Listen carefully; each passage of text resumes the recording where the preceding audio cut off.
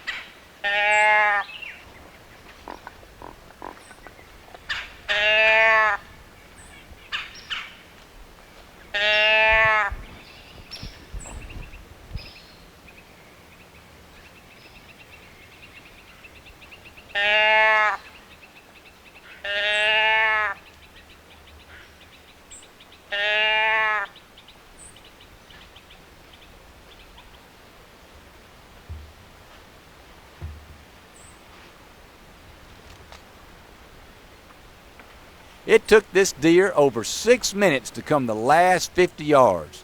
He just kept looking and looking, trying to find the deer that he heard calling.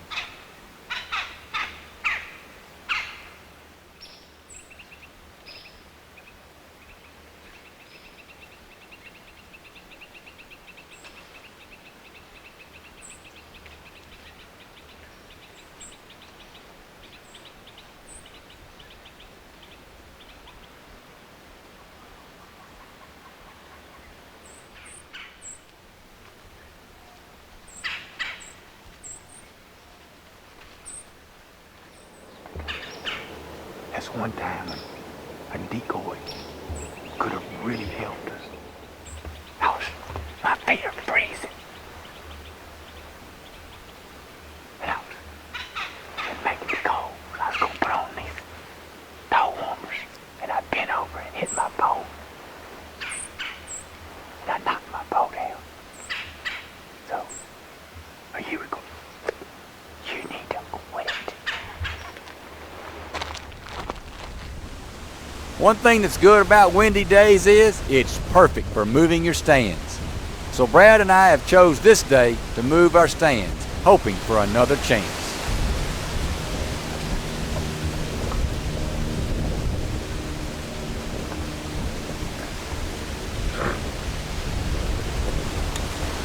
Feels very, very cold. It's the 6th day of an Illinois hunt. We've had one barely close call in 6 days. Brad said this morning, he said, we don't even know how to spell buck. I want you to know, besides all that, spirits are up. We're having a good time. Buddy Clipper, pro staffer from Maryland, at least a place not too far from here, killed a 155 and 4/8 10 point this morning. Absolutely beautiful. Wind is blowing 15 gusts to 30. My bow, my air flew off the rest a minute ago. What can I say?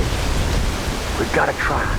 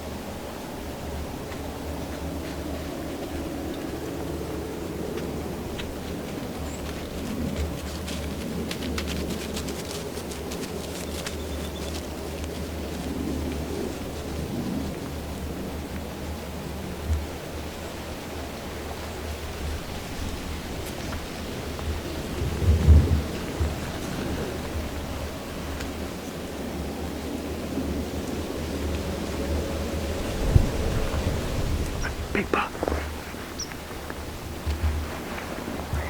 Straight over there. Just came out of the woods.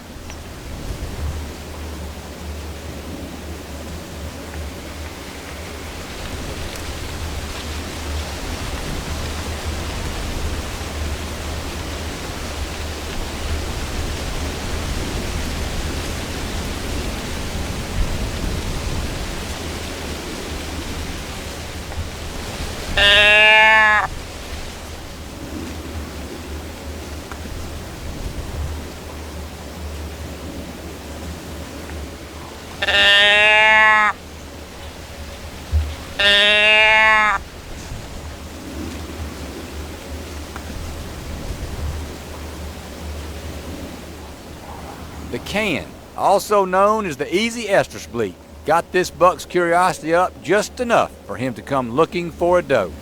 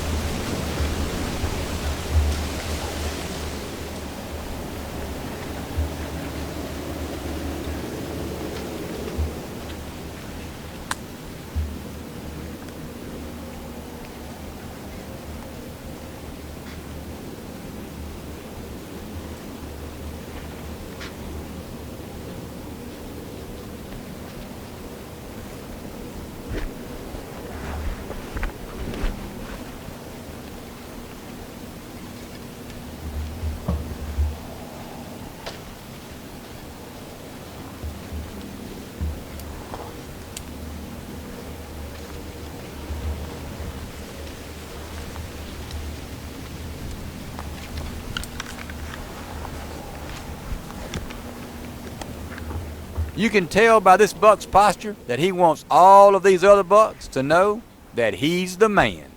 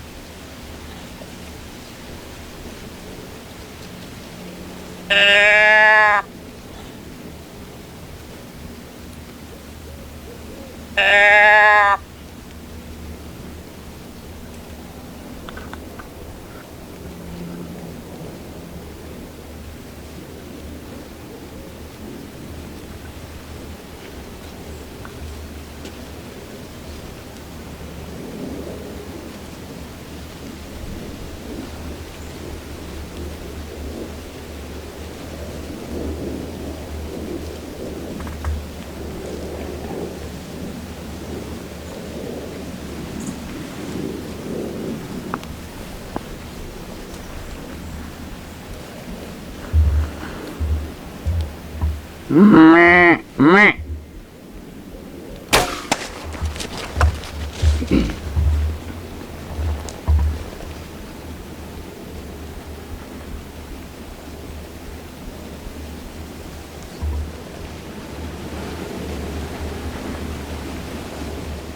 We did it. We did it. 6 days, freezing cold, 40-mile-an-hour winds. Did not give up. We had that buck at 50 yards, 45 yards 4 days ago. We knew he was in here somewhere. Give me 5 on that shot. You're welcome. Awesome shot. Awesome, awesome, awesome. That's what you call a sad daddy, a stone pony, whatever you want to call him. Yeah. I started to shoot right there when he came through, but it just wasn't right. I had a limb coming up and I just wasn't right. I love this dang can.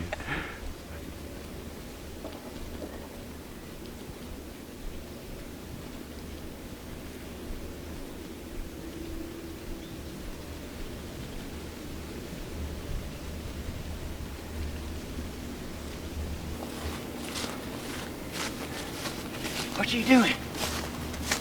I was waiting on you to drag him back up the hill. You get right over that hump. There's a big old rack in him. Sit up here like that. He's big, ain't he? Huh? He's big, ain't he? He's big. Look, that's the first thing I saw was that rack sticking. Can you see it? I can see his white belly. And his rack. Get my bow out of the way. That's where I shot him. Let's see where it came out. Oh, perfect, right at the heart. No, a little bit higher, right there behind the shoulder. Perfect. Awesome. Awesome. Is that not beautiful? That's that same buck that we saw 4 days ago and had about 45 yards. Man, we have been struggling like so many of us who chase whitetails and live for it, to live for the time when the rut's on and you get down in there and you're worried about every little thing, where you place your bow, any scent. There's so many things that are going on in your mind. What am I doing wrong? Am I in it from the right direction? Have I spooked them? Gosh, and after 6 days to finally pull this off is incredible. You can see it sticker, Brad. Remember I told you I thought he had some kind of little sticker or point over here? Mm-hmm. There it is right there. So that really has 7 points if you want to count all that. Oh. Absolutely. 12 months ago, we were here and we're back. There's something about the rut in the Midwest. It is absolutely incredible. Will, how far did the deer go after you shot him? Oh, I don't know what, Brad, 70, 80 yards? 70 or 80. Just when he went out of sight over that hill, that's where he was. Yeah. How far was he the first time he came back? I kept waiting for you to shoot. He was the same distance, except I just thought he'd come closer. You weren't waiting on him to shoot. You should have been sitting in my stand. He came a long way to that bleak cam, but when he got up around all those other deer, he just thought the one of those deer was the one making the call to him, and he just milled around. And when he was leaving, I thought now or never. So I knew the distance. So Right. Well, that's the same deer we saw in the first hunt. Oh yeah, we called him up 4 days earlier. Actually, he was where we first called to him. The first place you see him was in that alfalfa field, and we moved up there and started hunting up there in the evenings. And we couldn't get there in the mornings. It was a better spot, but we would run all the deer out of the field, so we were hunting them kind of away from where they mostly were, just hoping to call one like that one did. Yeah. So you were right below where he first came in the field. We called him into the bottom the first day, and then 4 days later we moved up top. Right. You remember that spot me and you used to get to hunt up there? I know, they done posted all the land. All limits. Hey, look, earlier in the year, y'all all got to go to Texas. Y'all need to tell me about that trip, because y'all never let me go. Hey, he gets to go, but he don't get to hunt. So. I Hey, never, at least he gets to go. never get to hunt in That's Texas. that two-sided coin. I know. Yeah. I got to We get go one back of to those. you. Yeah. But where we're fixing to go is Mariposa. It's in South Texas. It's a place we've gone for a long time, and I mean, it's just so much fun. It's early and it's hot, so the weather's usually not a factor, other than the heat. But man, you see plenty of deer and a lot of game, and it's just a really fun trip to start the year off with. Right. It is. It is. I look forward to it every year. Me too. We're in South Texas. We're hunting on the Mariposa Ranch. And our guide, Paulie's been seeing a good deer right in it's an oak ridge running east and west down through there, and there's mesquite flats on both sides. And he says the deer they kind of bed down in that mesquite. They come up on these ridges to feed. They've been seeing him on this road pretty regularly. So we've set up in here. We're kind of open, and I'm probably gonna have to shoot sitting down because I can't risk standing up. But and the wind's a little bit funny for us, but we got our little scent suits on. We're gonna give it a shot.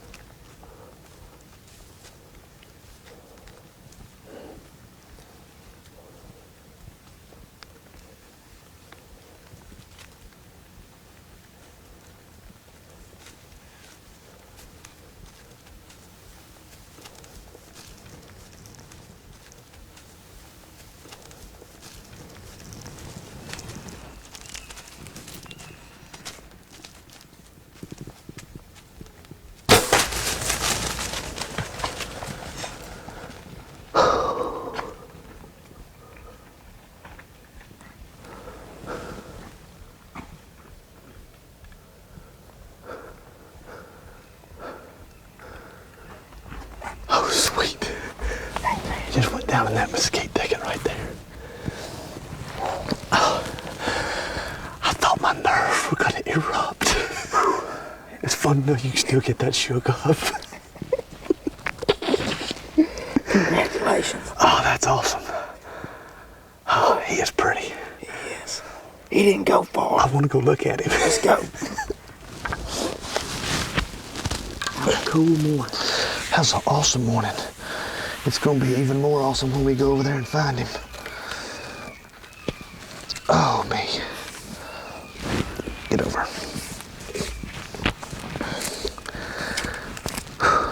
Don't take too much time. I'll see you at the bottom.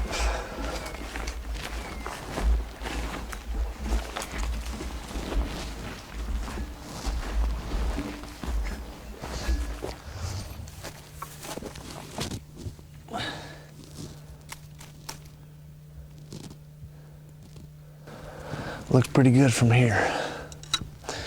See, that's how I saw him go down. It kind of gives you a little extra confidence too. I just gotta find where it is. All this stuff looks the same out here. Yeah, there he is. How in the world did he get over there? See? Yeah. Dude, white belly. He must have made a circle back around there. I don't know. Or maybe I just miscoursed him, but man. That was getting spooky there for a minute. I knew you'd seen it go down. Well, I thought I had, then I started second guessing myself. Oh, William, look at that, bud. Yeah. I just love the color of those horns. Ours get so bleached out at home. Yep. These things are just chocolate. Look at that, dude. That is pretty. Whew. I was beginning to wonder if you was ever going to get to shoot him this morning. I know, they were just running crazy. I mean, almost acting like they were rutting. You know, Yeah. he wasn't running does, but he was running those bucks. Look where he's been rubbing on that mesquite in his horns. But I mean, that's what allowed us to get him, is he was just chasing those bucks back and forth, and finally got in a spot where we could shoot him. But man, I love South Texas. It's such an abundance of game. I mean, you go and you see deer and hogs and javelina and turkey. There was turkeys gobbling this morning. Mm-hmm. It's just a neat part of it. Will Walker has filled his tag and has become the cameraman for the afternoon.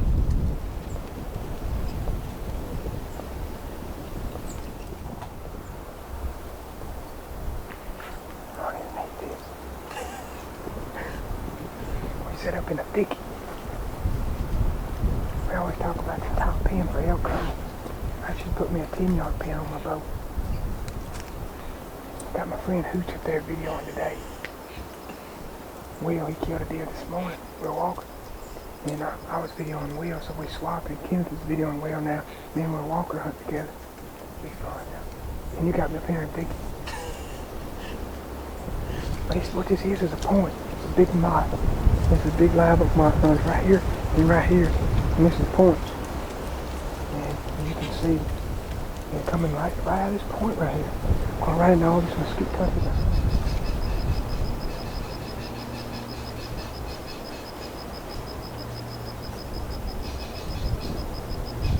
Will, they're turning. They're coming back around the edge of this knot. Fuck yes. Yeah, it's two of them. I can't come this way anymore this way. I gotta go turn around. Can I turn? He's still 79 yards, but he's coming around.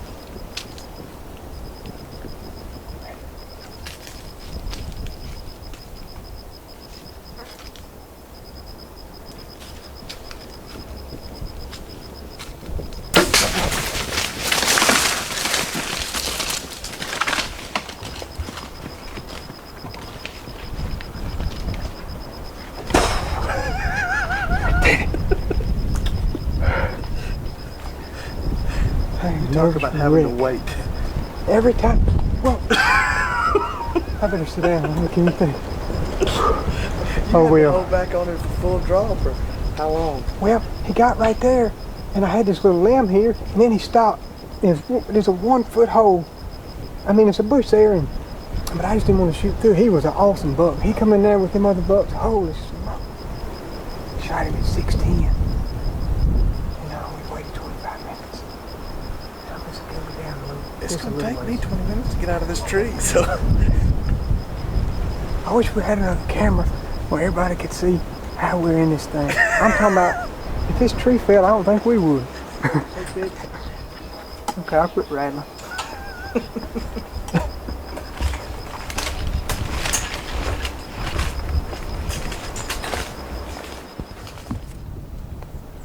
Okay, I got your camera and stuff. Okay. You come down now. I really wish you'd hurry. You've kept me waiting long enough. Okay. Give me my camera back. I'm gonna give you a camera. I'm gonna go see my dude. I mean, it's good blood already right there.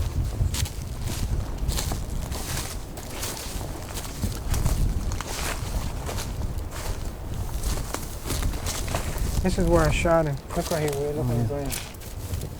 Look at all that.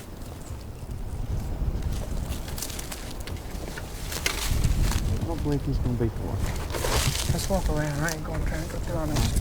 You get around there and tell me. I'll keep you on that line. No, I'm coming with you. Yeah, it's just one little thick spot right here.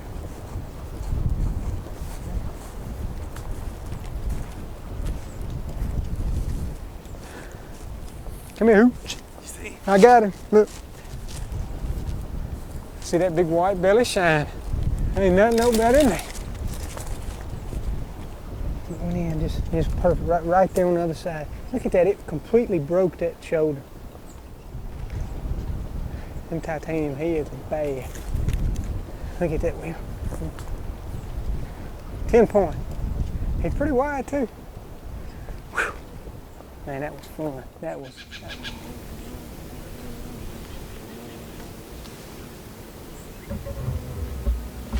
South Texas can be real tricky, especially when there's a bumper acorn crop. Kenneth and I just hope we've made the right decision on which live oak tree to climb.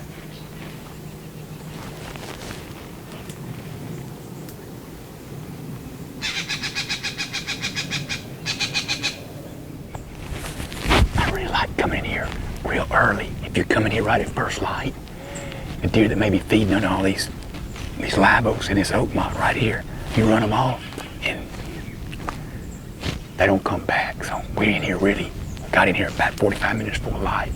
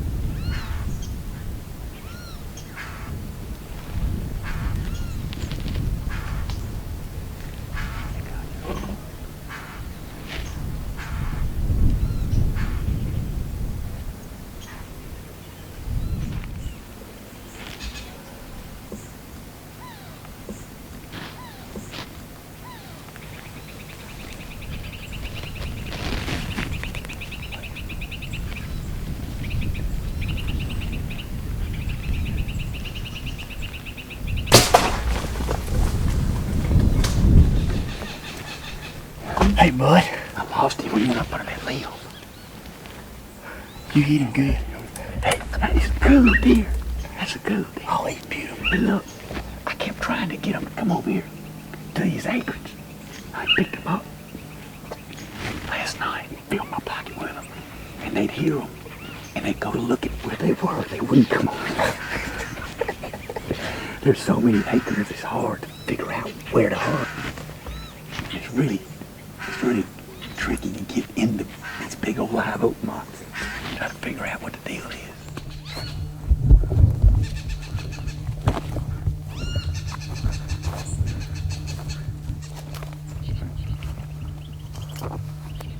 Oh, there he is. All right.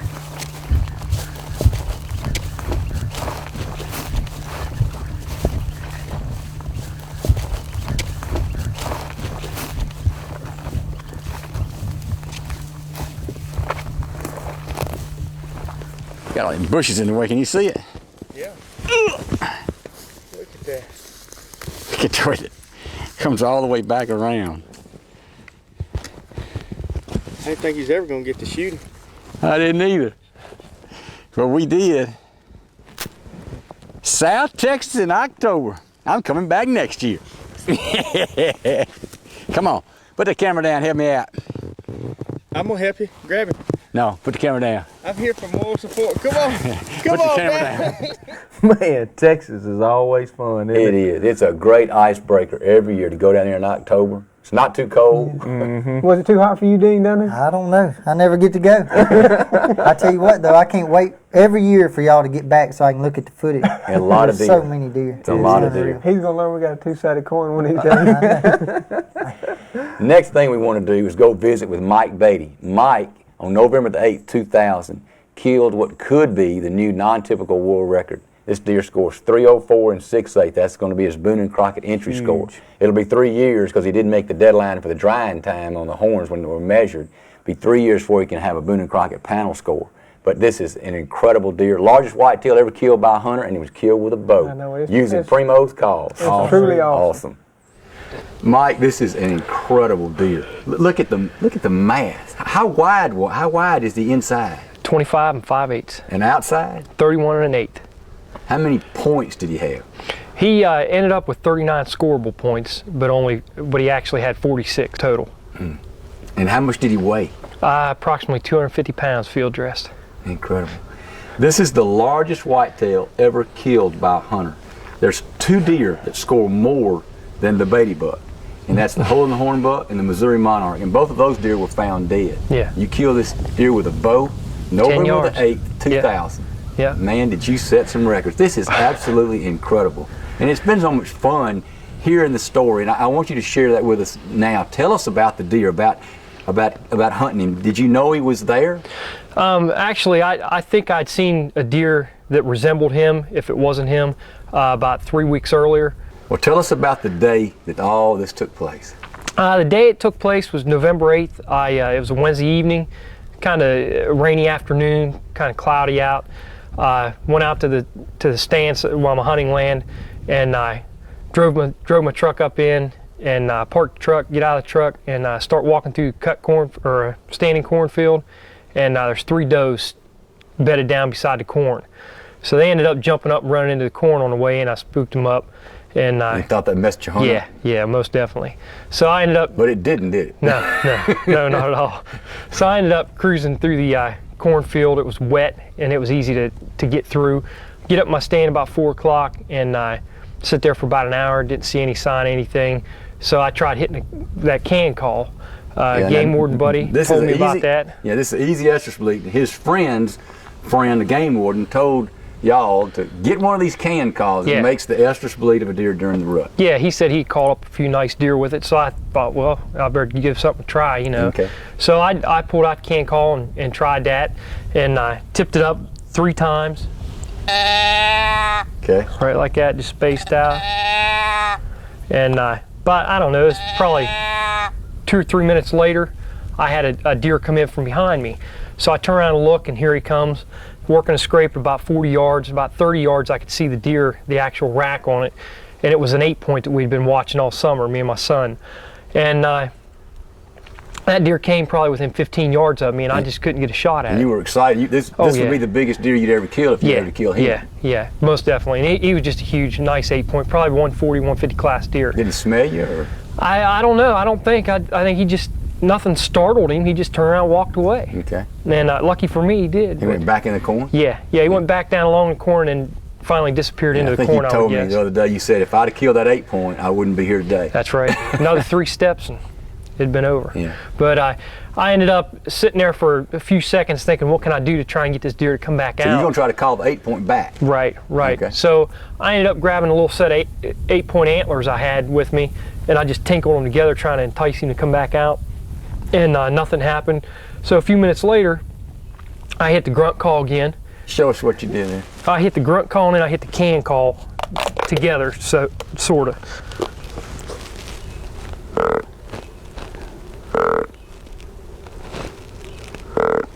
Just like that. And a few seconds went by, maybe a minute or so, nothing happened. He didn't come back out. So I pull a can call back out and hit the can call again. Did it 3 more times? I did it 3 more times because that worked the first time. It's exactly what we try to tell people to do to sound like a buck on a hot day. Yeah. So it worked the first time on the 8-point, so I figured it'd work, again on the same 8-point. So I was sitting there a few minutes later, about a minute or two later, here come another deer behind me. And I thought it was the same 8-point, so I just stood up and grabbed the bow. You got ready this time? Yeah, my adrenaline was already gone. I mean, I thought the same deer was going to come in, turn around and go again. But you're probably even calmer this time. Yeah, I was, really, to be honest with you. So I turn around, here he comes. So about 40 yards I could see him. He looked like he was working the same scrape. Come on, did the same thing the 8-point did. He started walking down the edge of the corn, the finger of woods, about 30 yards I could see it was a different deer. So at that point, I knew that, I would really love to take an opportunity to take a shot at this deer. So I put the tree that I was standing in right between the deer's head and my head. You're hiding from him. Right. And I just followed his rump and just watched him walk around to me. Well, he gets about 15 yards from me, and at about 15 yards, he ducks underneath that thorn tree. And at that point, I knew he was coming. So as soon as he ducked down, I drawed back, and I just kept the pin or peep sight pin right on his vitals, and I just kept quartering towards me. So the more you couldn't shoot? No, I just didn't have a vital shot. So at that second, I had to decide what I was going to do before this deer bolted on me. So I just moved the pin straight from his vitals right to the base of his chin, and at that point his head was tilted back, so I would assume he was lip curling, and I just touched the release and smack, and he whirled around and took off. Did you know you hit him? I was pretty sure I put a good shot on him. And then I get down out of the tree. Well, I sit down for a minute, watched him run off for about 100 yards, and down into this draw. Yeah, he looked like he was running pretty good. I could see him running. When he first turned and ran away, I could see his rack. So I really couldn't pick out any specific antlers, but I could tell he was a big deer. He started running, so I watched him for about 100 yards. Then I sit back down. Stood back up, sit back down. I just couldn't calm myself. All you know is he's big, but you were so concentrating on shooting him, you weren't really focused on the horns. Right, you had no absolutely. idea how big the antlers were. Right. Until I found him, I still didn't know. Yeah. So I let all my stuff down, all my gear, and I unbelted my safety harness and climbed down out of the tree, and I sit down there for about 45 minutes to an hour, and then started after him. And I found a good blood trail. I trailed him probably about 250 yards or 275 yards. No, I didn't find the arrow. Found one white feather. I got, about 250 yards or so away, and I heard a deer blow at me up on top of this hill. So, of course, I thought it was him. So I put the light to my side and just sit there and waited because it was dark at this time. I didn't want to scare the deer off. They're still standing. So what time do you think you shot him? What time in the afternoon? It was probably close to 5:15. Okay, so now it's somewhere around there. Sun's gone down. Oh, it's dark now. Yeah, 6:30. It's dark now. So I go after him, like I said, and I heard that deer blow at me up on the hill. So I went ahead and walked up to the fence. There was a fence row that split the cornfield and the cattle pasture where I was hunting, and I went ahead and marked the fence with an arrow. Turned around, and walked out. On the way home, it stopped drizzling, stopped raining. I called everybody I knew, trying to figure out what I should do. Needless to say, I didn't get any sleep that night. The next morning, my son woke up, and me and my son went out to look for him. We get out to the field, we cut the field in half and walk over to where the arrow's at. Well, I'm looking for the arrow towards where the arrow was at. My son must have been looking the other way, and he pulls on my shirt tail. He said, "Dad, Dad," and I said, "Yeah." He goes, "Over there, look over there." So I look over there. There he is.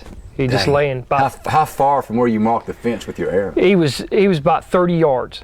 I paced it off as about 29 paces when I went retrieved the arrow and went over to the deer. The whole time. He was just straight ahead. It wasn't even the same deer up on the hill. He must have gone nuts. Did you ever find your arrow that you shot him with? Yeah, I ended up finding the taxidermist found the front part of the arrow when he was caping it out, lodged in a windpipe, and then the back half. Everybody just started going nuts after I shot this deer. I mean, people were just, rumors were flying. I did this, I did that. Yeah. So I said, well, I better call Division Wildlife and say, hey, what do I need to do to protect myself from all these rumors and stuff?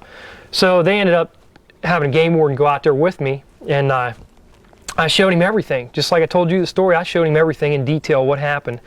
There were still some tracks where he spun around and took off.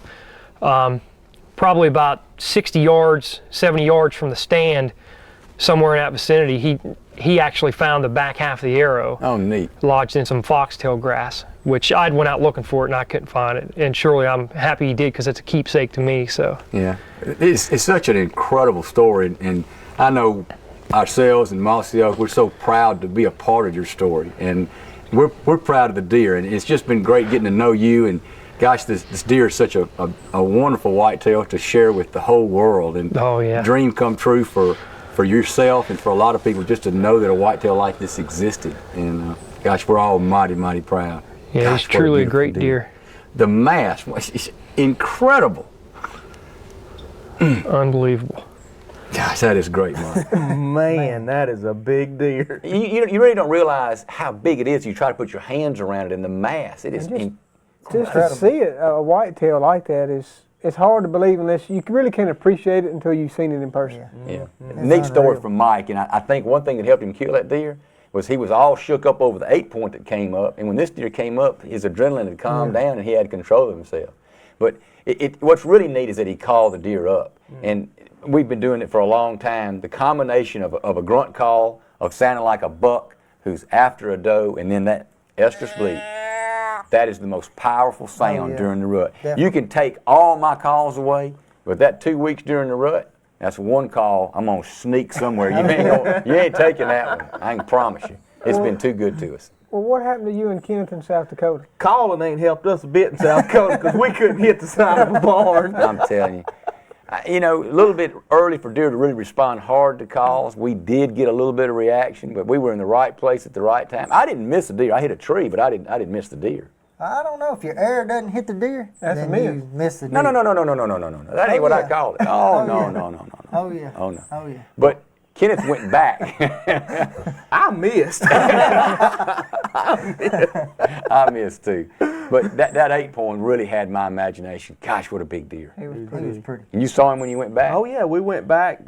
Chris and I did, and had him coming. I mean, we'd rattled early and looked up, and there he was, and he was coming straight to us, and I thought we had him. And we had a big bluff behind us, and I guess he got up there, and we didn't have if we'd had decoy out. Anytime you're calling deer, it's always good to have some kind of obstruction around you so that the deer have to hunt the deer that's calling to them. I'll have one next time. You're going to make one, aren't you? One thing we try not to do is sweat too much when we're walking to our stands. This afternoon, we had a long walk, so we decided to carry our scent blocker suits and put them on once we got to the stand.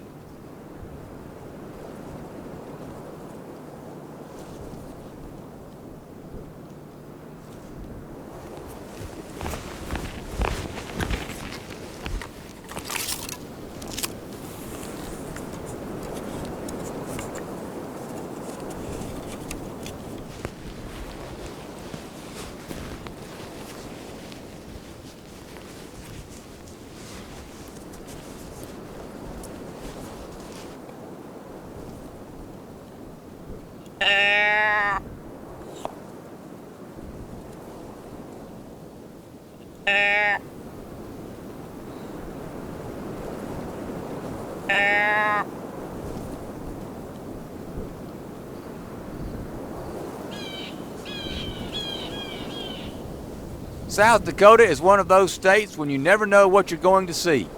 This afternoon we saw both mule deer and whitetails.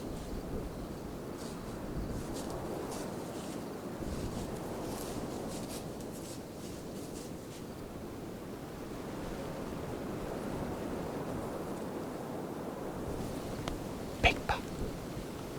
Big buck.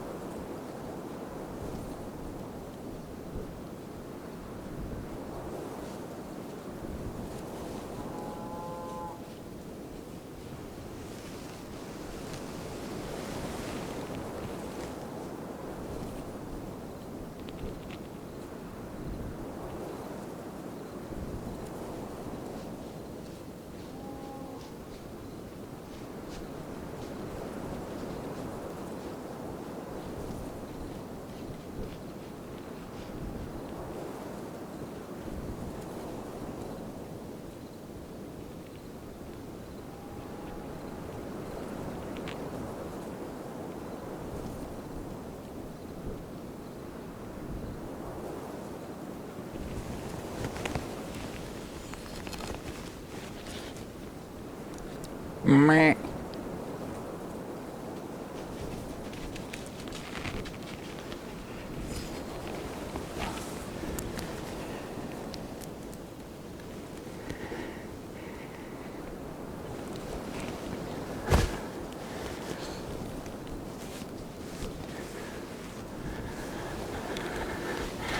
Well, we got very close. Dang it, Kenneth.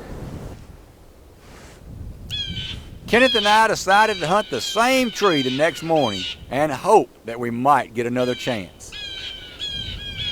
It didn't take long for us to see several bucks making their way across the grass field to bed up.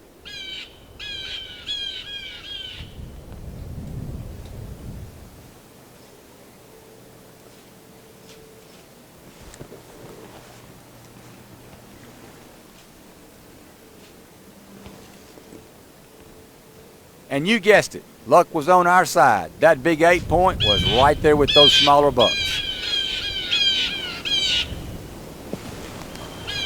It looks like a good buck in that thicket over there. Right on the corner of that rim rock.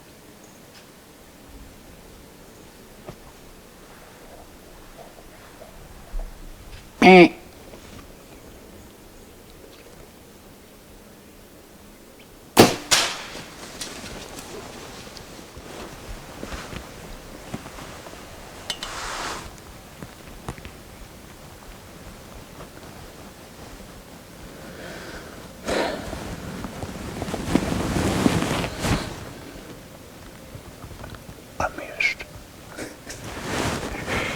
Yes, you did. I needed to stop him a foot before you told me to. I need to stop him, and so I had to lean over, and there's a tree that's growing like this. So the arrow has got to go up and just a little bit, and Dan has got to clear that curve in the tree. Well, the trajectory didn't let it happen, so I hit the tree where it curves over. It was looking perfect.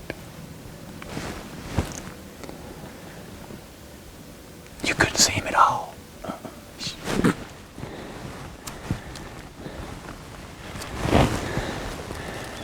That's all I found. You see where it hit the tree? That's where he was standing right there. See that? See, when you show you the tree arcs a little bit, and I had to shoot, and it's gonna fall right down into him at that distance, and I just didn't calculate for the tree. Try to push it out of the way. That's a pretty 8-point. Pretty. Oh well. I don't like the outcome of the morning at all. Since we didn't fill our tags in South Dakota in October, Kenneth and Chris decided they would go back in November and try to fill Kenneth's tags. They never made it to their stands this afternoon because a buck was chasing does right at them.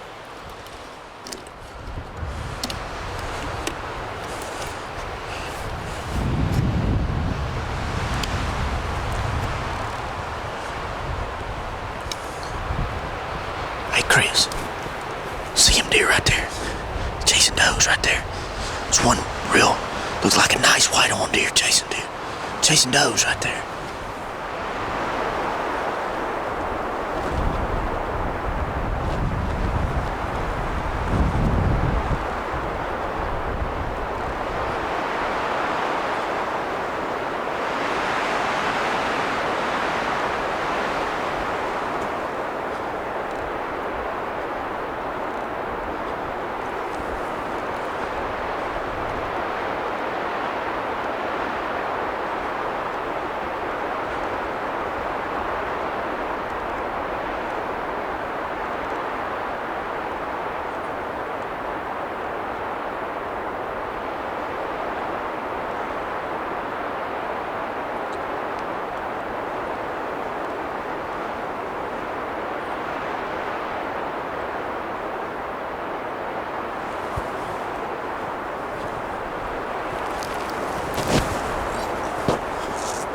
Meh. Meh.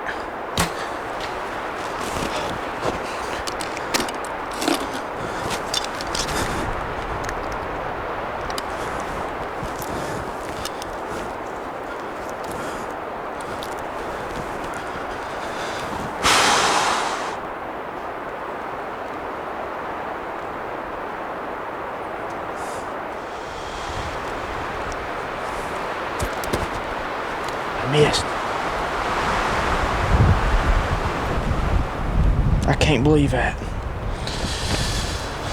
Oh, man.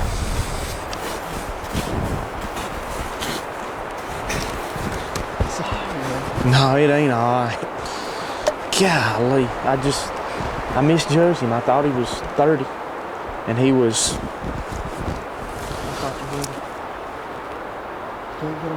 He was 21. You know, we come in here, and we come in here, headed to our stand on the other end of these pines right here, and looked up, and these deer were coming this way, and that bigger buck was chasing the does around down there, and then he got up here and just come right up through here just perfect. And what I do? Miss. Be a long ride back home.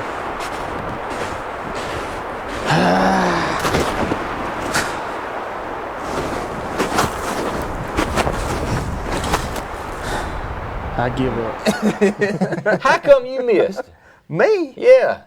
Hey, look, have you ever seen somebody choke like he choked on that big deer? I didn't choke. Man, the deer was behind a tree, and I was waiting. You can't hear me, but I'm going, draw wheel. And I'm looking down in that joker jack. You had it now, Jack. You had it now. Well, we don't have any excuses for next year. No, we don't.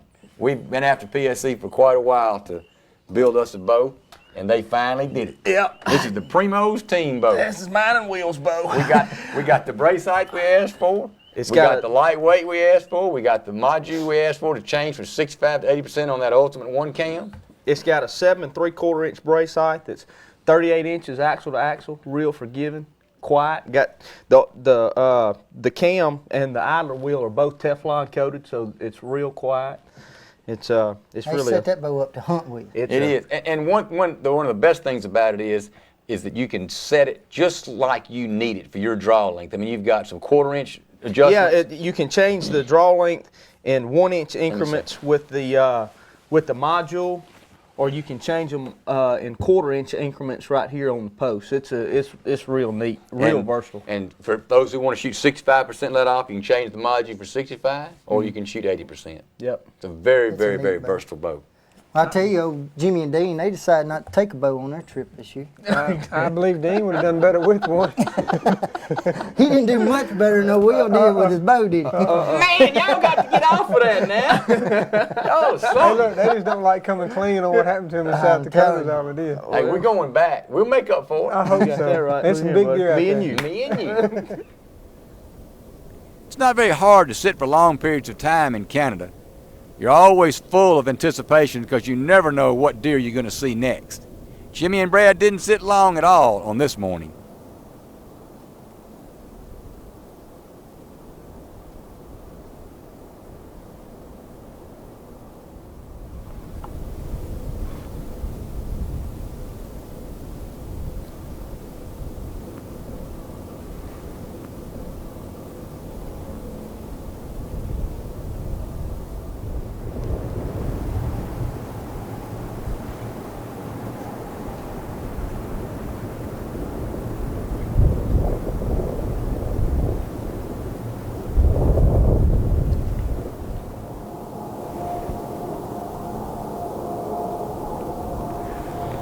It's dope. It's dope walking down, right down gas line. Here.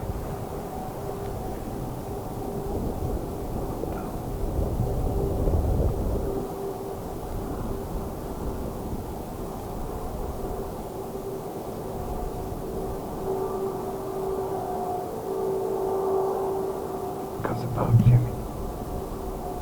Boat behind her.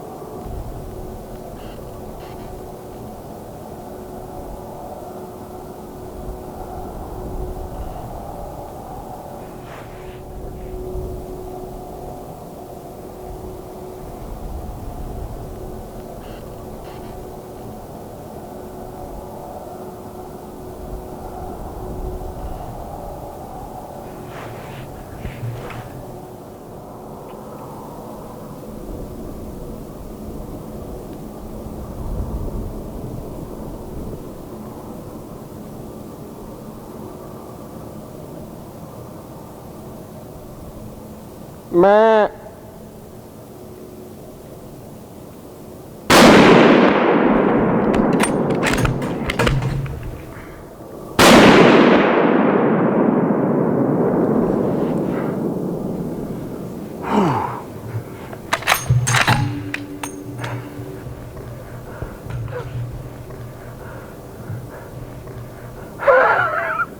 Man. You did. That was We did. No, we did it together. I tell you, Brad. You fat. You got it, buddy. I'm gonna tell you what. This old man ladder stand. This is the most. I don't want to sound like a commercial, guys, but this is the most comfortable stand I have ever sat in. This is what I have been begging you for. Brad, wherever I go from now, I want this stand. Do you want that one? I tell you, you can just sit all day. We'll pack it with us. And this gun rest, I mean, I could, what, 250 yard shot? At least, yeah. I couldn't have made it without that rest, and it's important. But I mean, this has just been a great trip.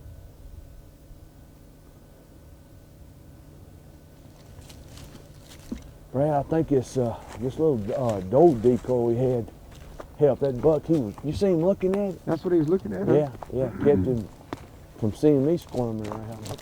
Oh, it's a big old deer. Look at that sucker. That's a big 8. Look at that baby. Ooh. Big 8, look at him. Oh, isn't that pretty, Brad? Look at that. Look at that. What a big old Canadian deer. Perfect. I mean, just perfect. Look at that. Hey, good job.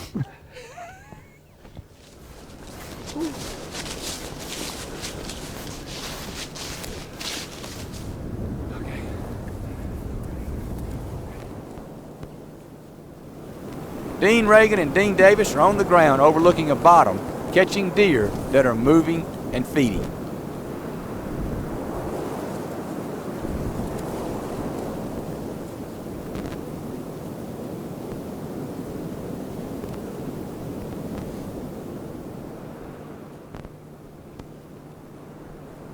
Right now, Dean can't move. There's a nice buck standing behind and slightly to the left of him, watching these does as they move toward the bottom to feed. Watch close, and you'll see several turkeys fly right over this buck's head, spooking him down the ridge right in front of Dean.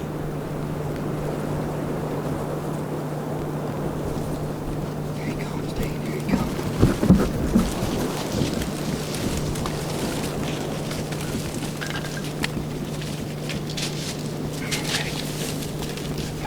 Got him.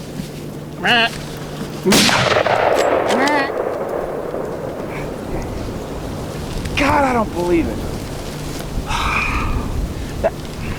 How could I miss that? I don't know.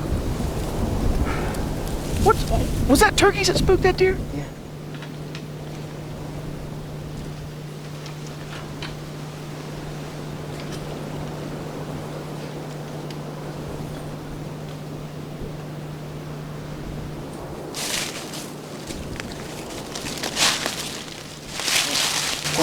This is the top of the benches. It's a set of benches going down to an alfalfa field in the bottom. And we sat up here the other day down here. We saw a lot of deer coming back out of the alfalfa up these benches. So we decided to move down here and hang a stand. So I wanted to come in here in the middle of the day when everything was settled down. We saw lots of turkeys, deer traveling up and down these benches. There's just tons of rubs, a lot of buck sign on these benches. We're going to sit up here at the top in the morning and see if we can catch one coming back up. Dean Davis decided he would swap the camera for the gun on this morning and hope his shooting skills are a little better than Dean Reagan's.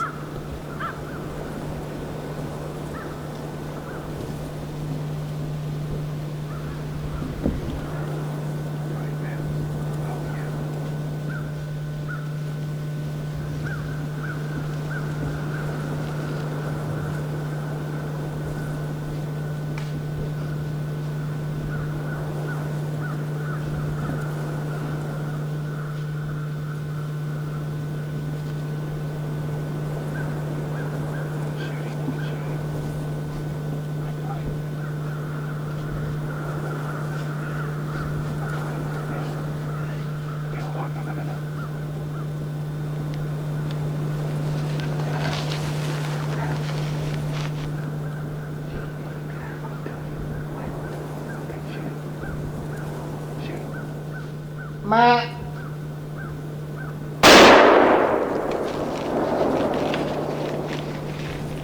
I think I got that one. Man, that was unreal. Congratulations. I'm ready to get down and look at him. He's standing somewhere. He just came out of this open. Right up here. Yep. That's where I shot him. See all the blood. Man, said Mag did a job, looks like. Hope I'm not speaking too soon. He should have went right off the side of this hill. Just see if we can find him. There he is. What's this? Oh yeah.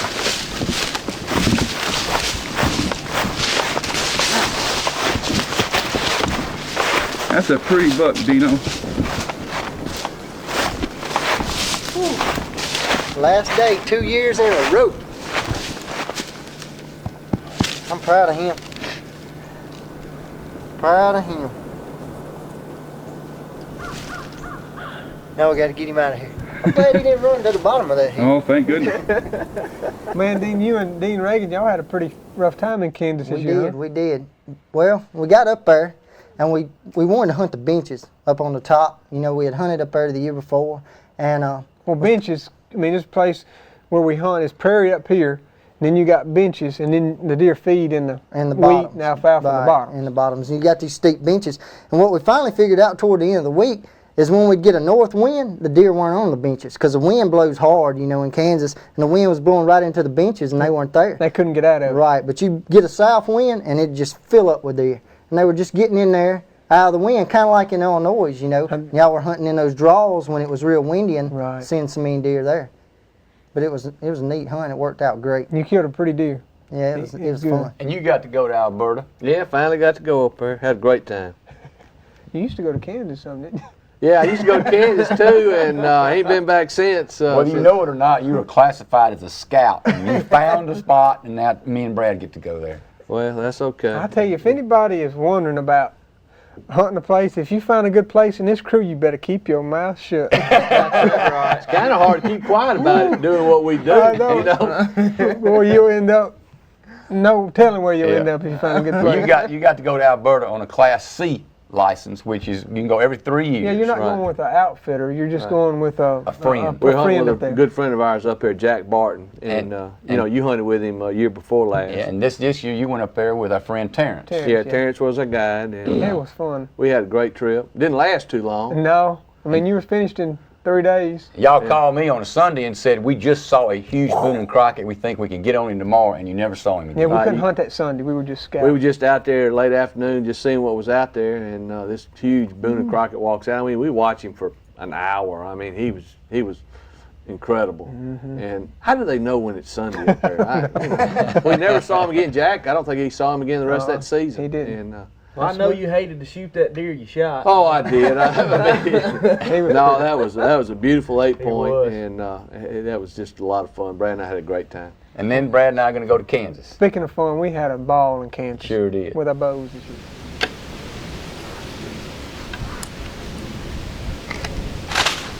This is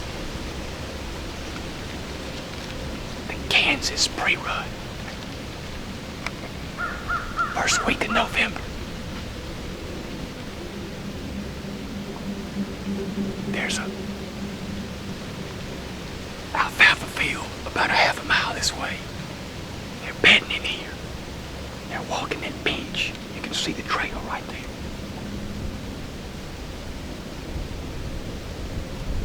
This should be good.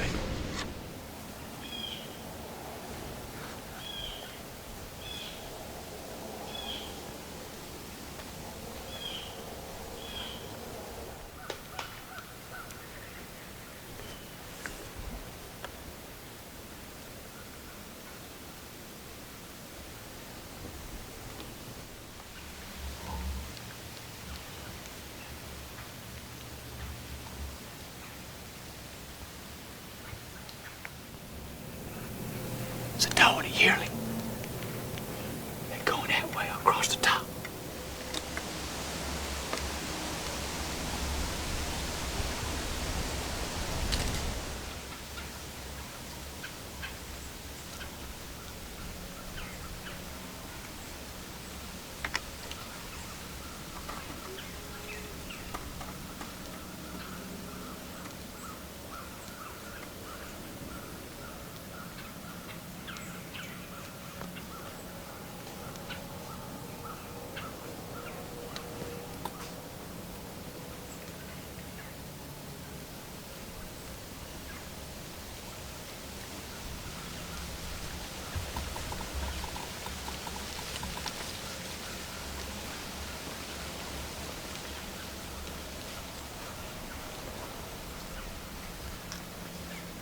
Meh, meh.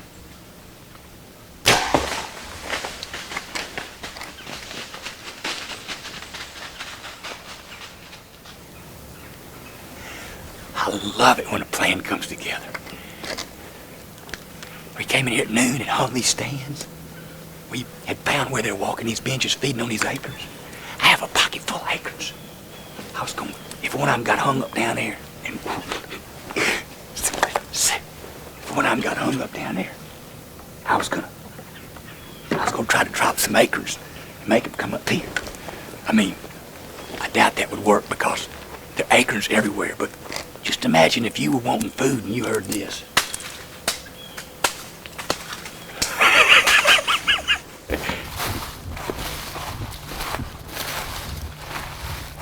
That's where I saw him fall. He ain't there.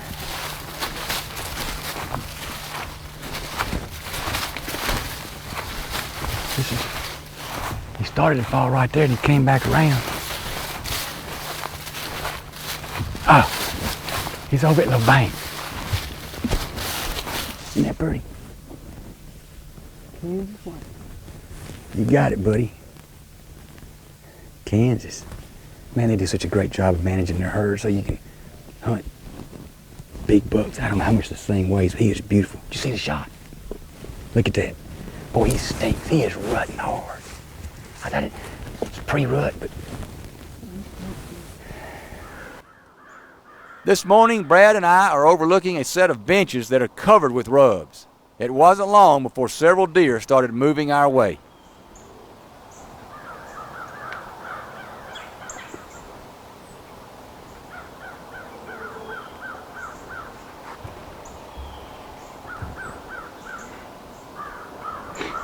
What we're doing, we got some soybean fields and a milo field down here below us. Prairie behind us, and this is just a oak ridge. A lot of acorns, rubs. This one little flat bench runs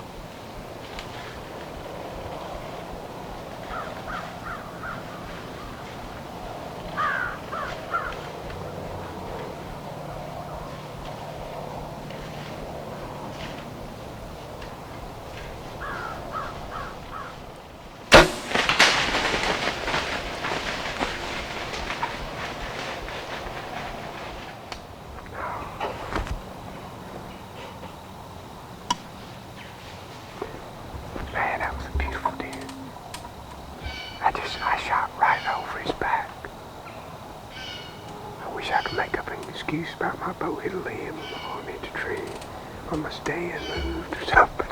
It didn't. Well, I say he was plenty close enough. It's obvious he wasn't. He's still running. Dang, man. I got me a leaf mark down there, right where that deer was standing when I missed him. So, we're gonna hunt here again this afternoon. Man, this deer in here big time. And if another one walks down there, I just want to know what the deal was. Probably just buck fever, but we're finna see.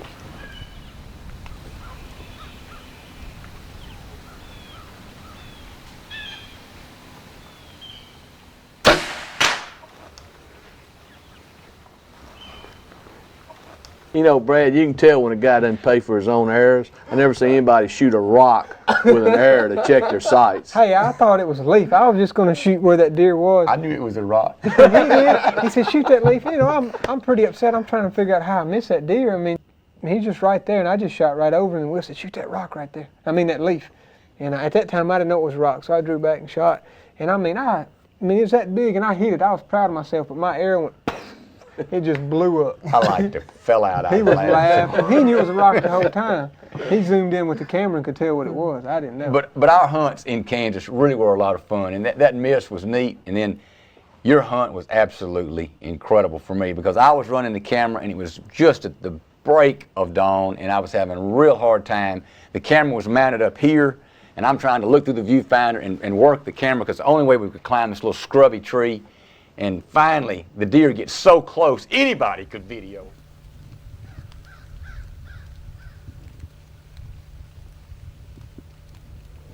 Like I said before, I'm trying my best to find this buck in the camera. If you'll watch the top of the screen, you can see this buck moving toward us. But needless to say, my camera work needs a little help. I'm going to catch a lot of heat from this hunt.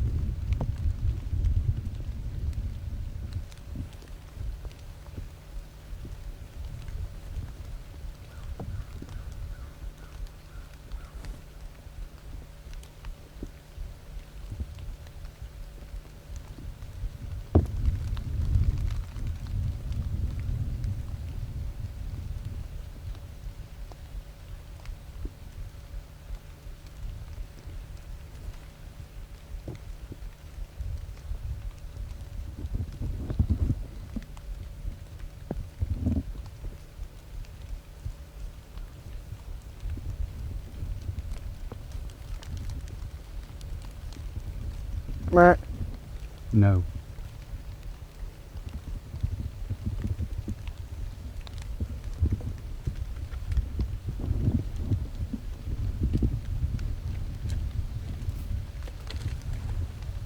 Okay.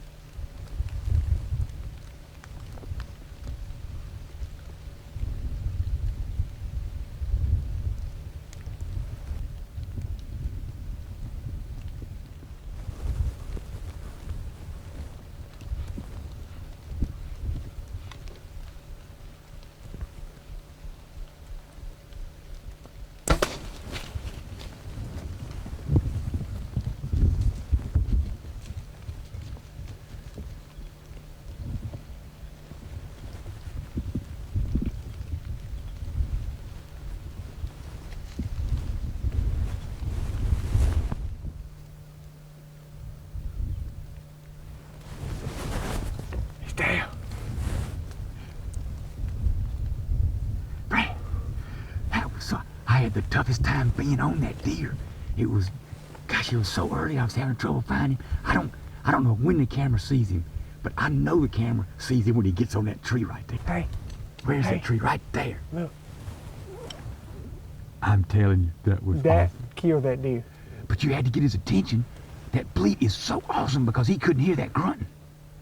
But when I started that deer was 200 yards from us. I started using rattle bag. Here he comes right straight. Grunt and bleat like you did. Grunt and bleat like you did. I don't know where I put my call on. You ain't nervous, are you? Hey, Brad, you shaking? You see, heck yeah. I ain't never, you talk about being close to big whitetail. I ain't never been no closer to one. He was rubbing that tree. That's 10 yards. Brad, that is not 10 yards. That is more like 6 yards. Well, I shot him at less than 10 yards. And I was holding my bow for so long. And he was facing me the whole time, rubbing that tree. And I didn't want to let down because he was too close. Grunt and bleat for me. So Show me finally what I you did. did. Well, I couldn't see him. And you were telling me what to do because I had a tree on me and you're higher than I am. And I was just... 1, 2, 3, 4, 5, 6, 7, 8, 9. 9 steps. Where's your air?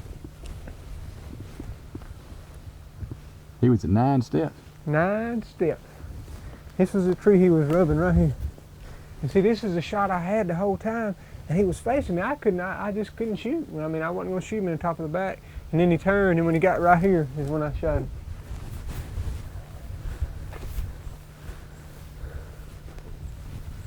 And he has got some mass. Good gosh almighty. I guarantee you that deer weighs 220 pounds. You're going downhill, though. Man, I'm going up here. It's just that camera's got you messed up. Yeah, right. Or something. Look at you. Hey, the truck's a half mile away. Go ahead and drag him to the truck. As excited as I am, I could right now. Look at here.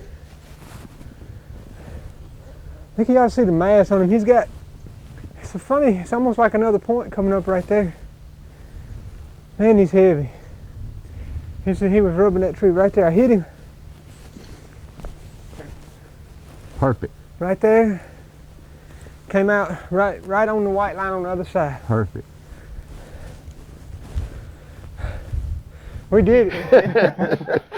Well, I think I need to work with you on your camera technique a little bit. Well, since you've got the title of camera boy, I That's might right. could use a few little lessons. You've been hanging around Kenneth too much. Yeah, on Truth 5, he videoed a deer and never even got it on tape. At least I got it on tape. That's right. Man, you can't do nothing wrong. You got good audio of that hunt. Yeah, real good audio. You do one little thing wrong, boy, and it overwhelms anything good you can do. Yeah. What have you done good? You never done nothing good. Okay, then let's look at that. Hey, you talk about audio. Think about drawing back on a deer, and he's At 20 20 yards. 20 and you yards. Hear, and I go, man, and that's kind of what we do to stop him. He was walking, and he stopped. I put the pin on him, and Will said, no. And I mean, I just like, I mean, it blew me away, almost just. And so I kept holding, and finally he came to that tree, that black walnut tree, and was just ripping that tree up. And He was looking for those deer. You had rattled with that rattle bag, and he was determined that he was coming to see what was going on. He was keyed up. Oh, yeah, bad. it was neat having that kind of buck that close doing that. I Well- mean, I would have shot him if you hadn't have got him on camera, so it really turned out in the end Yep. pretty neat. And if I'd have gotten a good video all the way, you wouldn't have had him doing all the other stuff up close. So anyway, I knew he was going to do that. That's why I do it. You got lucky. He demanded. Yeah. No, the part 1 of the Truth 9 has been great and a lot of fun, but we've got 16 more hunts to share with you on part 2. And we're going to start out with Jimmy Primos in Colorado, killing one of the biggest whitetails we've ever seen. He's pretty cute.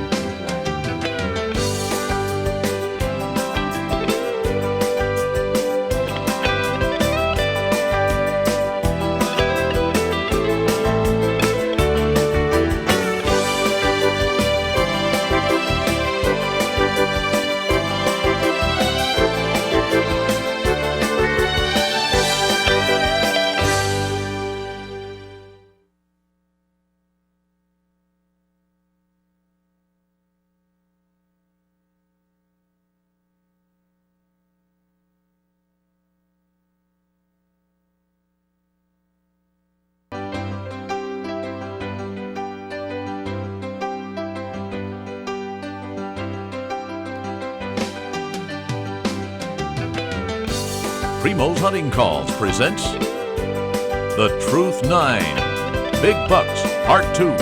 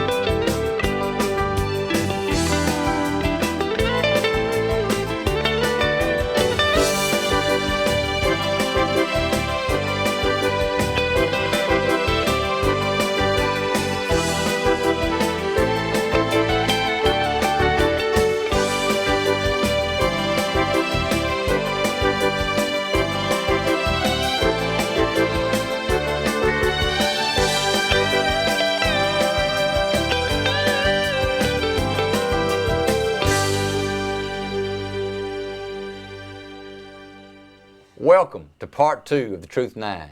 Like we just told you, at the end of part 1, you're fixing to see Jimmy Primos in eastern Colorado take the largest whitetail the Primos crew has ever had the privilege of taking on video.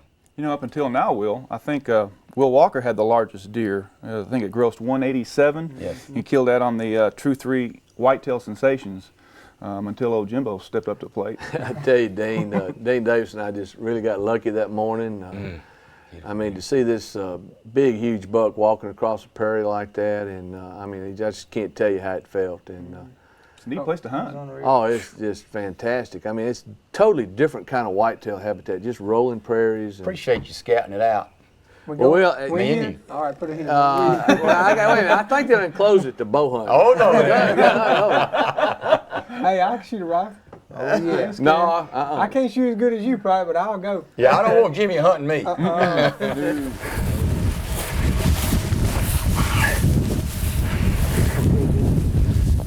been coming right over the top of the hill early in the morning. And Just right out through there. They've been just running this little spot right in here. I seen one yesterday when I had you guys dropped off another spot chasing the doe in here. He's a real nice buck, and hopefully they'll come back through here today. Maybe if you just sit right up here on this little bitty flat spot, All right. I'm just going to wait back here about 20, 30 yards behind you. Okay, all I'll right. be sitting behind you. Okay, sounds good. Okay.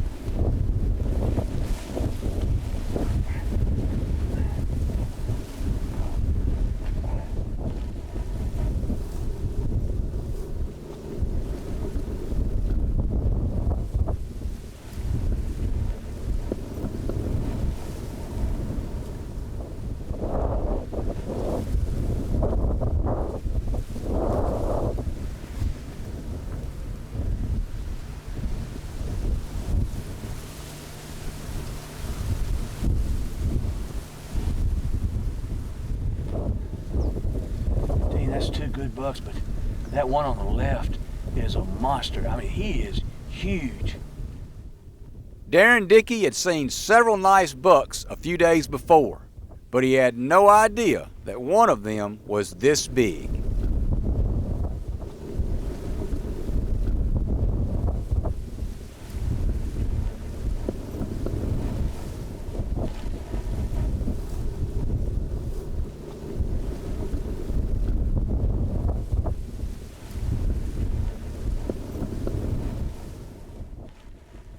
It was all Jimmy could do to keep his act together when this buck started coming straight to him.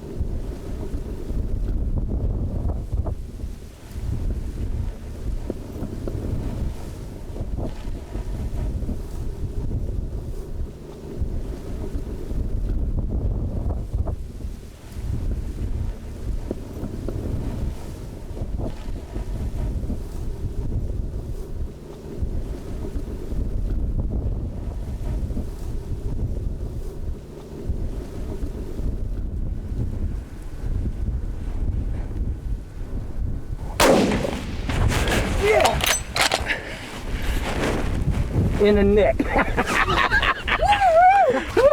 That was awesome, man. That sucker's huge. He is awesome. Darren. Good shot. My man. My man. Oh, man. That's unreal. Excuse me while I pass out.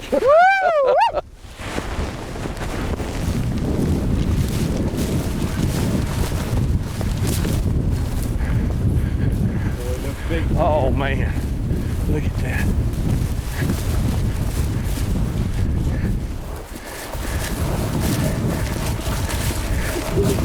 Good Lord. What? What? Good gosh, look at that. What? Look how good Lord. Where did he kill, Mr. Jimmy? I think, did he got any hybrid elk around here?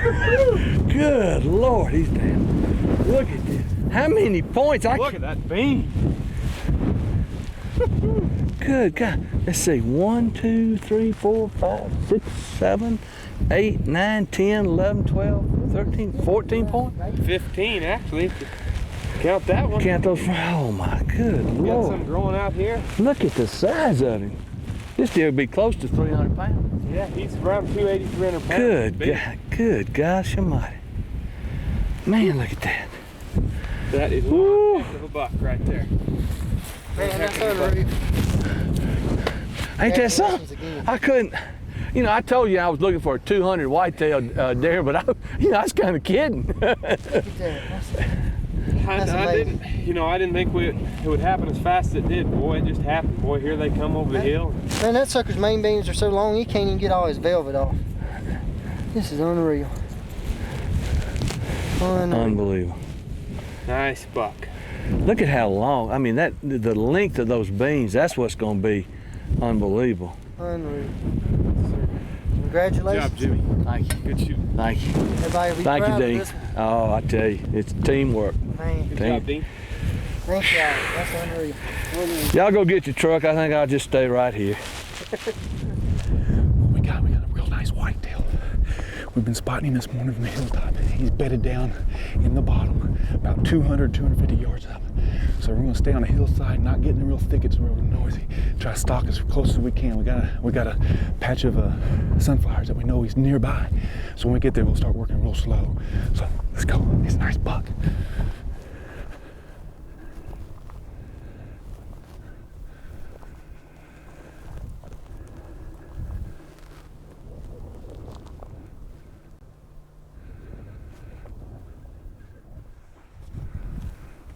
Dean saw this buck lay down, but he wasn't where he was supposed to be.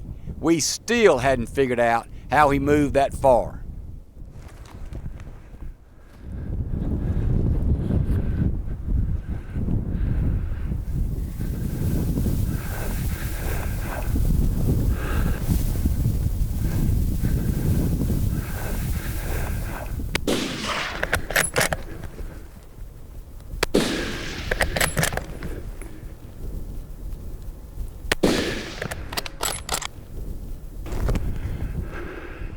He went down, yes!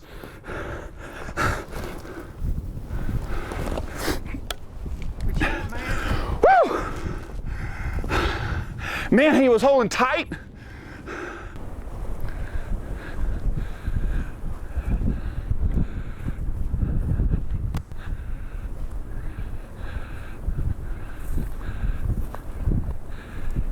Hey.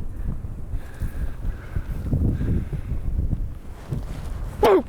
Look at this buck. Come here, Chris. My goodness. Oh my God, he's beautiful. Look at this. Oh. Oh my goodness. He is absolutely, look at the body on this thing. Huge. Oh. I tell you what, this eastern Colorado spot and stock is incredible. You talk about intense. Wilbur was right. I can imagine how intense it is with a bow. Dean, you were having to hunt that deer just like you would a rabbit. Well, it seemed like it, but no, Chris and I had seen the deer bed down, and so we snuck up on him and thought right where he was, and I ended up having to make a lot of noise to try to get him up, and he ended up getting up about 80 yards down. He had crawled off. He had crawled. High CRP grass. Yep. And I mean, when he decided to bolt, I mean, he flew like a cannon. Flew out like a cannon. Well, it's hard to shoot a deer running like that, but you recovered quite nicely. Yeah, with 3 shots. You know what's neat about out there is how those whitetails adapt to them plains and that grass and how they. I mean, their hide is the same color as that grass out there, and you almost have to step on them to get them up. And if you get one up, I mean, he's not going to run to the next stick and stop. He's going to run to the next county. I mean, he'll run miles before he stops. That's the only defense out there is distance. And for some reason out there, the way the game laws are and the hunting accessibility and so forth, those deer get big. They get old really and they get big. Dean, grab Jimmy's rack right there. Dean thought that he had killed a real nice deer until Jimmy came in with this one. That's what was funny about that hunt. 193. 193 gross. That is a beautiful whitetail, Jimmy. Oh, he's a heck of a deer. The main beams are incredible. I mean, your deer is I was beautiful. tickled. I was like, wait till Jimmy sees this one. I'm like, whew. I don't mind eating crow over that one. That's a pretty deer. You've tasted crow before. Oh, it's the best when it's sauteed, but. Well, we got some hunts coming up in Illinois. The deer aren't quite as big as what Jimmy and Dean found in Colorado, but we had every bit as much hunting fun. the rut in Illinois, even though it was a little spotty this year, it still was a blast. And when you go and hunt the same place year after year, it's kind of neat because you begin to understand what can happen at a certain time. So that's what we did. We went to a place, we've named 3 trees. Yep. And it was Dean's, and we Who stole. named 3 trees? I think that'd be me and you named it 3 trees. And that's another We place. went to. I'm gonna tell it like it is. We went scouting things. Huh? We went to a place called 3 Trees that we stole from y'all. But that's the way it goes. Hey, whoever gets up earlier gets a spot. That's right. And Kenneth ain't gonna get up early. We can make him have the spot. We were all wanting to hunt the same stand. It's a stand we call 3 Trees. So Brad and I got up early and turned off Kenneth and Chris's alarm. Man, were they mad at us.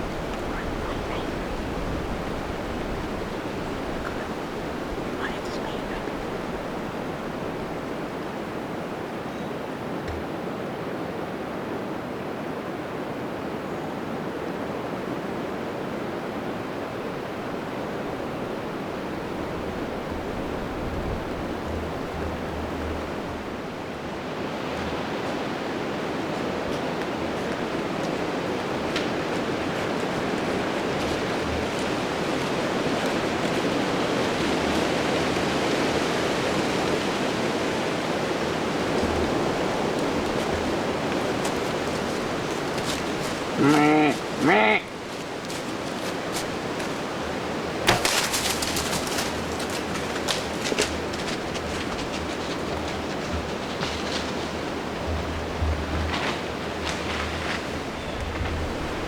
That's the kind of tracking job I like.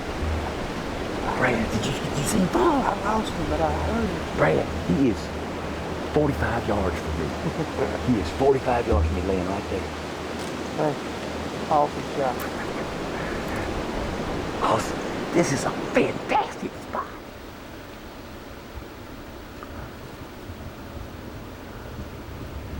You see? Where? See him right there? See his back? Oh, yeah. That's how far he went. Maybe 40 yards. Nice work. Yes, sir.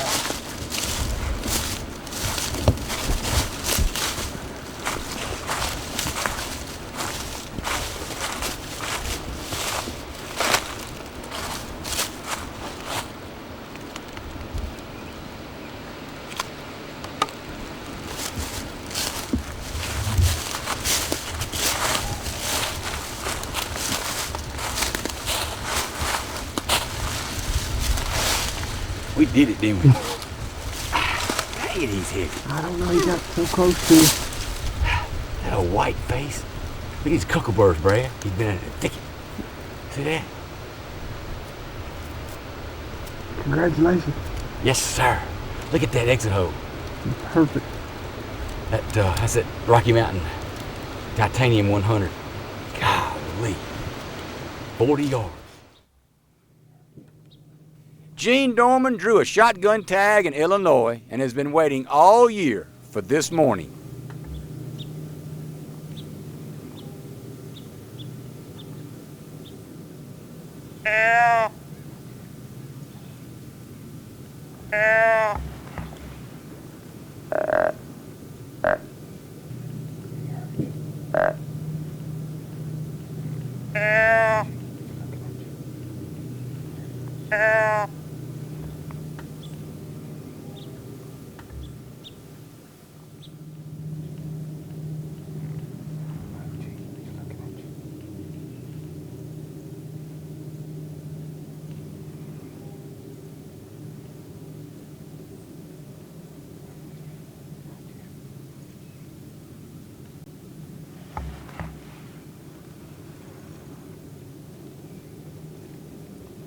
Meh.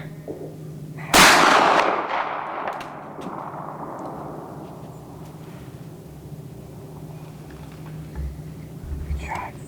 Oh, you got it. I think so. Red, you and Wilbur did me a big favor. Y'all put this nice gun rest up here in this tree just for me. And I believe if it hadn't been for this gun rest right here, I might not have made that shot at that deer across there. Hey, I started carrying electrical tape with me 2 years ago, and now I can't live without it out here. Do you ever have to use it on Wilbur just to tape him to the tree? Yeah, just tie him to the tree, keep him sit down long enough. What, Jimmy? I hate that for you. Man, you don't know how bad I hate that for me. We thought you had gotten him and up in the stand. We thought we heard the bullet hit, but I guess it was just hitting this bank over here, shooting right against the bank. And bound to be just this backstop in here. Saw a little cloud of smoke, looked like might have been steam. That was a cloud of frost. Cloud of frost off this grass, I guess. Man, I hate that too. Well, at least I can hit the ground, Brad. Well, you got the ground. I got the ground good. You know, I mean, well, this is Gene Dorman. He's a shop foreman at Primos, and back a couple years ago, you had it was a pretty hard shot at the elk. I mean, y'all would run up that hill and you were breathing hard, and you shot right over his back. Yeah. And them boys that work for you down there, they give you really give me hard problems time. over that. And it looks like that's going to carry on. It's going to be bad. Joby drew the same tag. Let's hope he went to the range a few more times than Gene.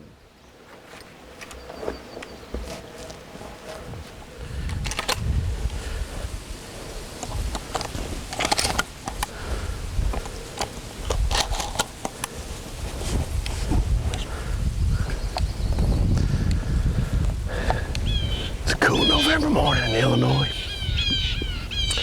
I was lucky enough to get drawn for the shotgun season. It's the second day, it's Saturday. Been a cool, brisk one. We decided to sleep in this morning. It's 11 after 10 right now. We opted to do this. We've been seeing a lot of deer move later in the morning. We're just coming off a full moon. Kenneth and Chris Ashley scouted this area out and been bow hunting this area for the last couple of days prior to the gun season, and seen a nice tall rack 8 or 9 point come through here. We decided we're gonna try to give him a try. Kenneth, there's a nice buck coming right there, coming up the draw. Behind that big tree right there.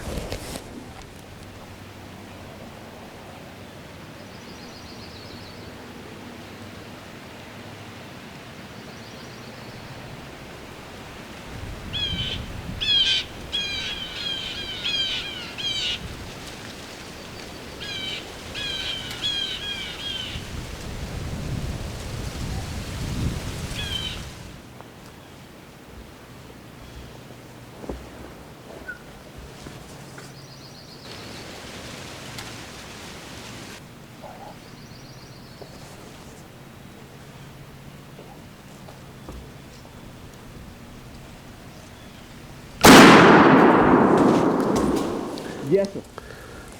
All right, man. He's down, he's down. Ken, we ain't been here 3 minutes, I know. I mean, just enough to get everything situated, pull the gun up and load it.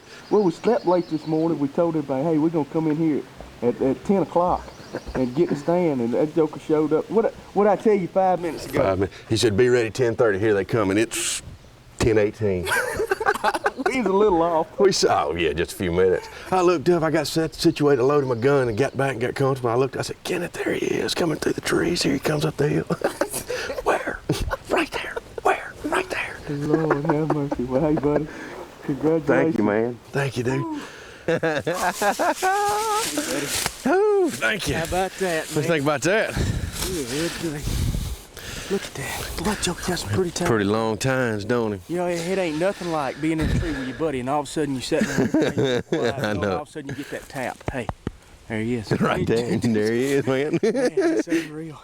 You know, we've said it several times already, but what we did, we owe it all to Chris Ashley, really. Yeah. I mean, because Chris and I had been hunting in here all week, bow hunting, and seen some bucks, but we've been seeing them in the middle of the day, 10:30, 11 o'clock. Yep. And moving stands and stuff, and they'd walk by us while we're in the deadgum stand. Yeah, y'all had a big one walk by the other day, didn't you? Yeah, we were in the tree hanging stand. And he said last night, he said, if I was y'all, I'd just sleep in, go in about 9:30 or 10 o'clock and get in the tree and set till dark. That's what we did. Well, we come prepared. We brought us Cokes, we brought us something. Red ribbon steaks? Yeah, well, buddy, congratulations. Thank you.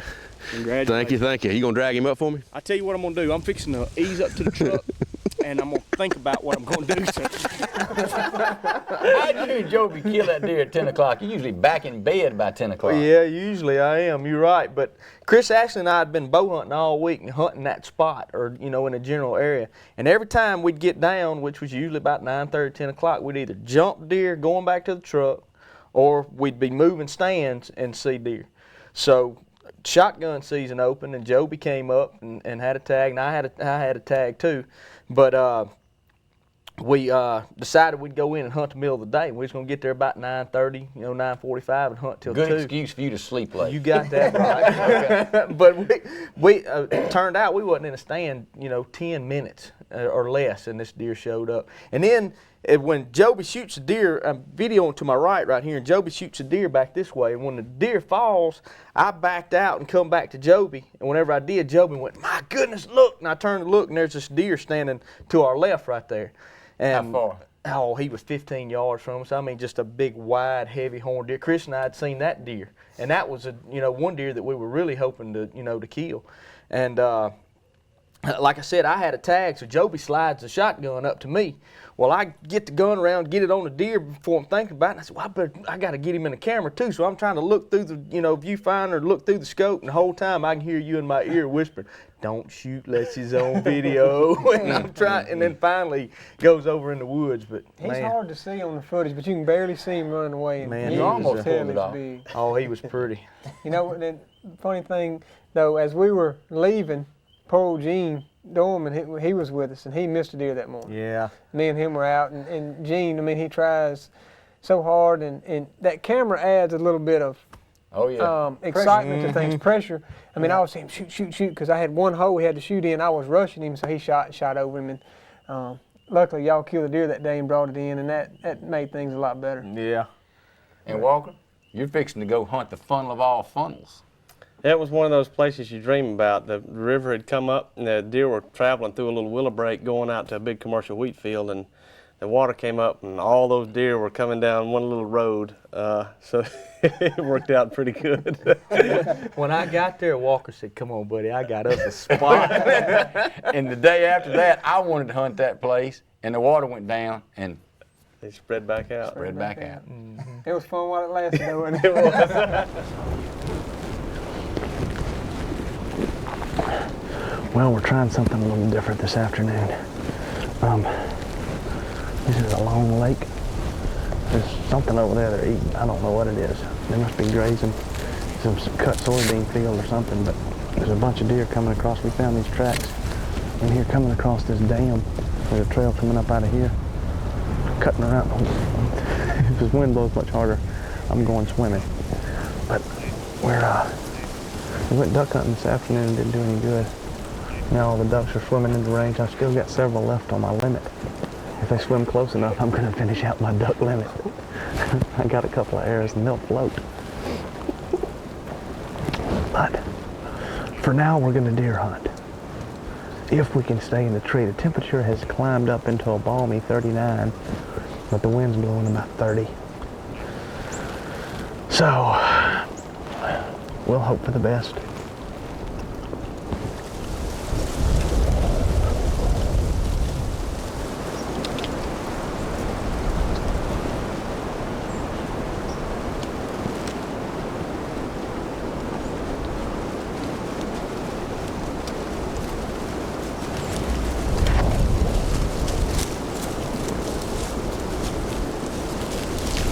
Good buck. I think it's an 8-point.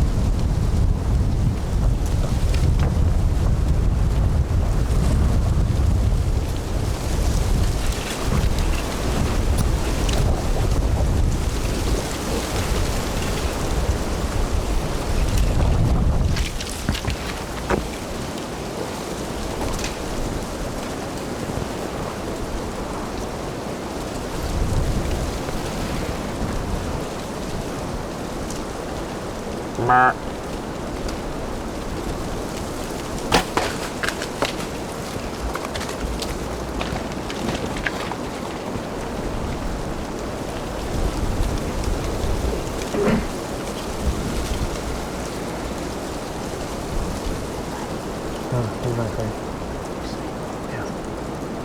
Yeah, he did right there.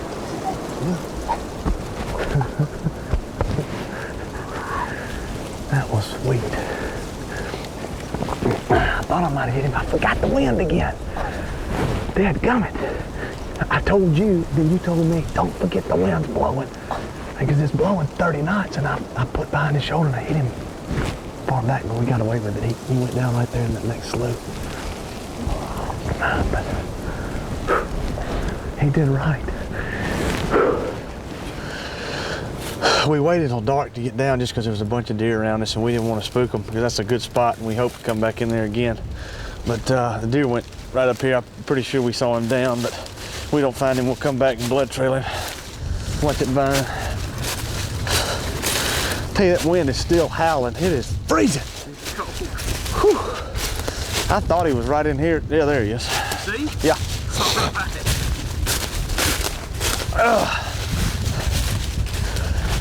I believe he grew, Kenneth. Look at that. I've heard of him ground shrinking, but he looks bigger than I thought he was. Man, he's pretty. He's a lot heavier than I thought he was. Yeah, that's why he didn't go very far. I thought I hit him further back, but it came out right there behind his shoulder. That's what made it work so quick. He's heavy. Pretty. No doubt. Man, that joker just come out of nowhere, didn't He did. Those does were coming down the road and he snuck in behind us, but we saw him soon enough.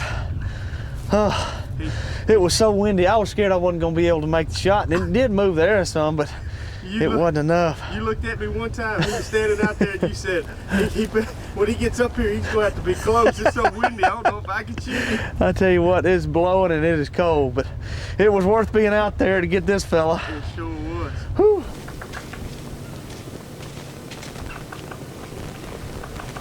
This right here is an old sandbar off what used to be where the Mississippi River came through. There's not a whole lot growing out here, as you can see. It's kind of weird looking. But we hunted right over there yesterday. And we saw a lot of does and bucks chasing does over here. So we decided to move over here today, and hopefully they'll do the same thing. Knowing my luck today, they'll be over there.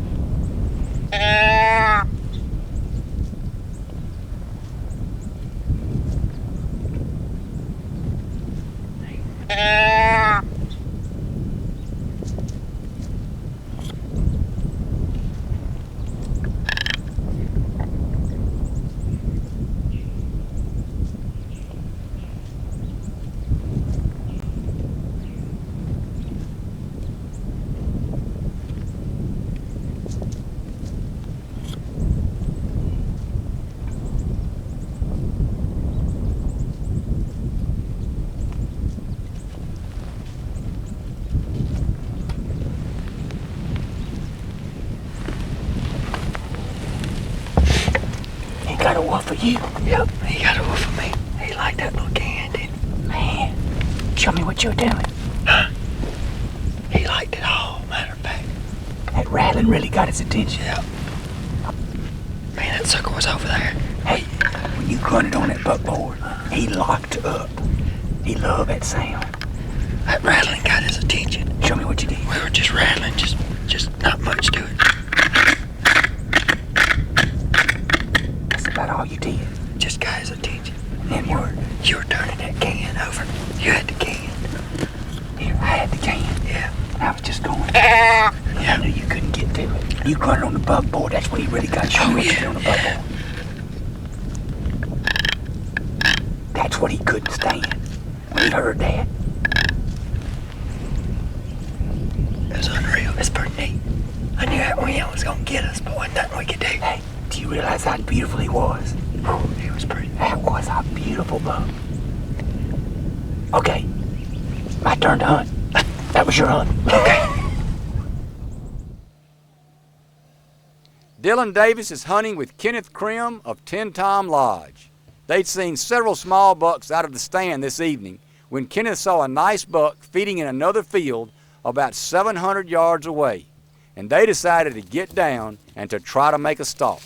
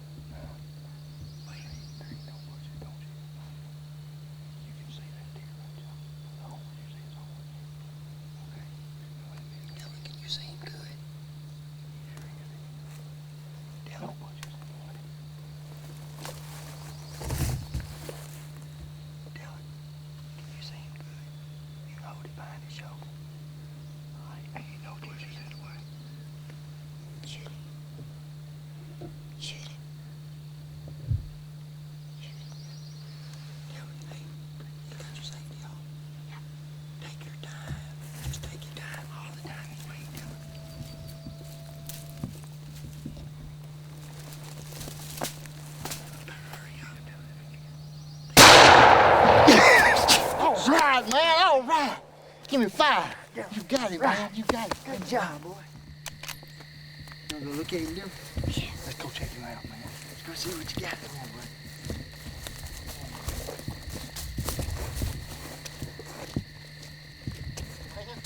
What is that? Oh, look what a nice deer. What is it? 6 points. 6 point? Look at that big body on that deer. Man, you the last day man, ain't you?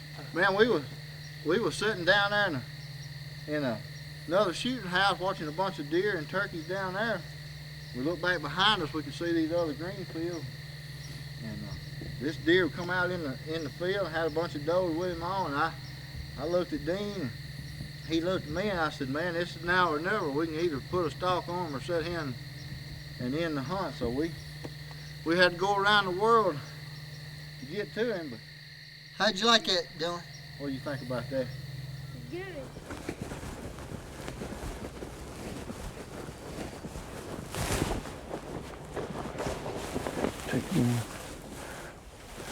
I'm hunting with Dean's son, Drake, today. Dean's on the camera. I've been seeing several good bucks come out in this food plot.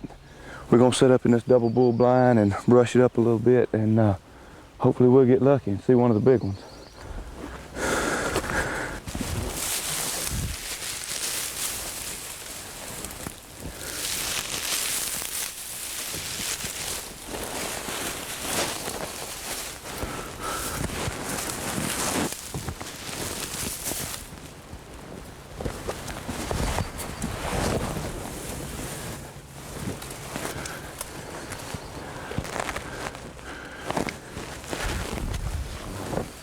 Drake.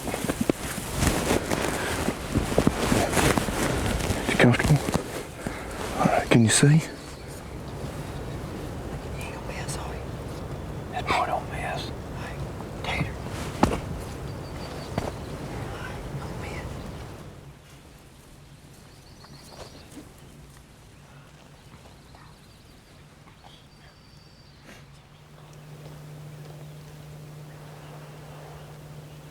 You gonna kill someone? You sure?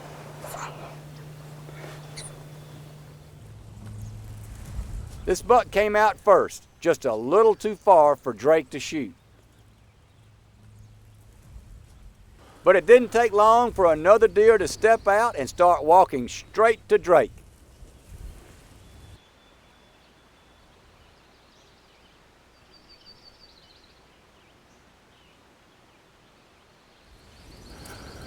All right, Drake, just keep it on him, keep it on him. Watch him, just follow him, just keep him in your scope. You make sure you got it on his shoulder before you pull that trigger.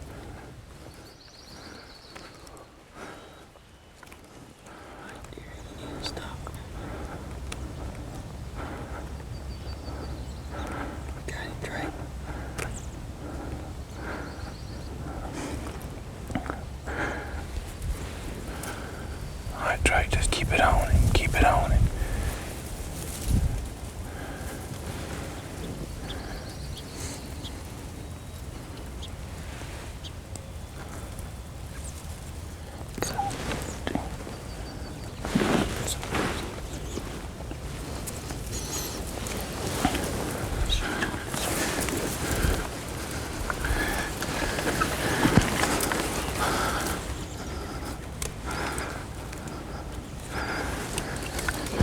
You got him, Drake. Drake, if you got him. Can you see him? Can you see him, Drake?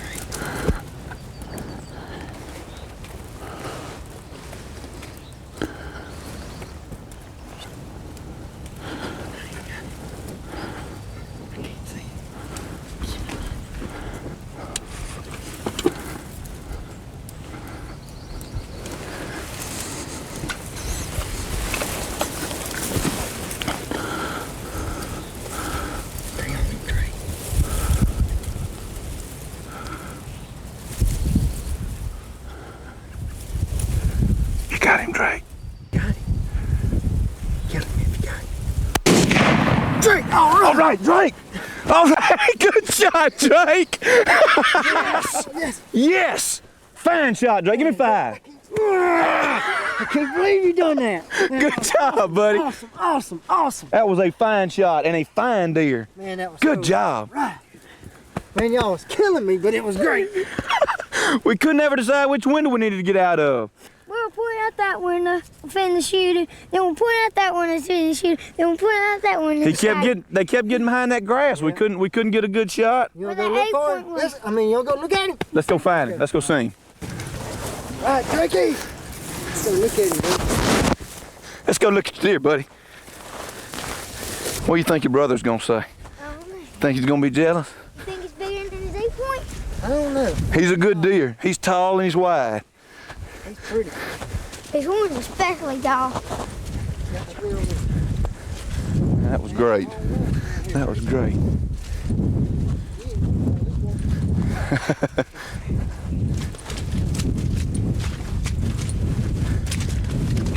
Somebody at the truck.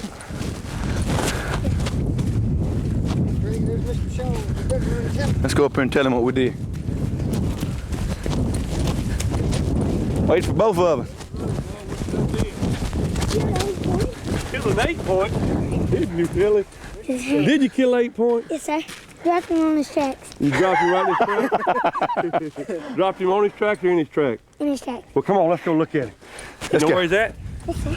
All right. Look there. Look up there, Drake. Drake, look at there, Drake. Now, you dad bring that light over here. Look at there. What do you think about that, boy? Look at that, boy. Look at that shot. That was a great shot. Boy, wasn't it You smoked him, Drake. Great shot. How many points has he got, Drake? 8. 8 points. 8 points. Hold that old bugger up, right. Look at that. Uh-huh. He broke that off a little bit, didn't he? Yep. You said you saw him, and what'd you say? What'd you tell me? You even prayed before you shot him? Is that what you said? That's what he said. He said he even prayed right before he shot him. Well, I'm gonna have to try that next time myself, I guess, because it works, doesn't it? Well, this is good. Well, Dean, it looked like you had another fun year with your boys. Yeah, I had a great year, man. There's nothing I like more than taking them hunting, and have the opportunity to take. I took Drake back to Roseland where Dylan's hunted the last couple of years, and man, it's just a neat place. You know, Roseland sells a lot of bow hunts. It's an unreal place to go bow hunting, and got to take Dylan to Tin Tom, which is a new place that we found, and it's in Alabama, and they sell deer hunts and turkey hunts, and Great I think people. duck hunts, and Both Roseland and Tin Tom Yes. have people that care. Right. Yeah, and really they're make really a neat difference places. too. Well, we're going to 10 Tom turkey hunting this spring. Yeah, I can't wait. And you finally got to hunt. Yeah, me and you had a good hunt. That's right. And we were using the buckboard. I was videoing Dean, and this is the buckboard that Steve Eubank from Oklahoma brought to us, and he's become a friend. This is a neat product, and all you're doing is you're able to rattle and grunt with it. And I like to hold it against me like this. And on your deer, we saw him feeding over there, and we Right. simply got his attention. Yeah. He started coming, kind of interested, and then He was ours then. I'm telling you. Almost. We thought. Almost. The one day we don't wear our scent blocker suits, and the wind is not perfect, and he gets our win. I know it. I knew it. We knew better. We knew better. That's what it makes you so angry because you try so hard to get that close and to make it happen. And you start getting a little lazy, and then something like that happens, and you just want to kick yourself. That's another time when if we'd have had a decoy on this side of us, to keep him on this side of us, I think we'd have been in good shape. Well, now I tell you, we drew some Iowa tags this year. Kind of, Kenneth's got a little honey hole. Yeah, he's going in Kenneth's got a That little sound honey hole. Sound like it's something you and I need to go investigate. You're not going back next year. Man, it always happens that way. Hey, Willie and I are the men. We the guys. We're the ones that are going to the best places. That's just the way it is. You find them, and then we finish it off. Okay, all right. Oh, Kenneth's done a pretty good job of finishing it up there. We're in southern Iowa with Paul Felton. This is a classic bottleneck right here. A big hollow falls away in front of us and behind us. And these deer are moving around this deal going to a picked cornfield. Hopefully we can cut them off.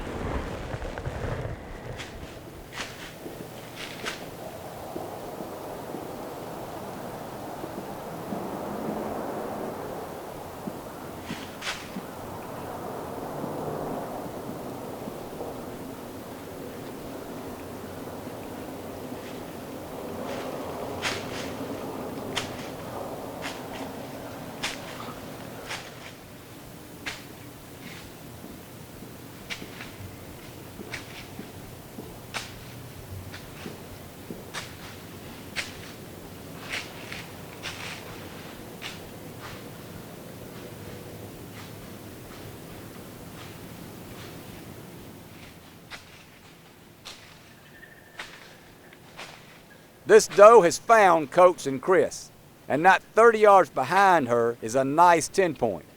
If you listen close, you can hear the buck walking in the background. The doe finally had enough and busted Coates trying to draw his bow.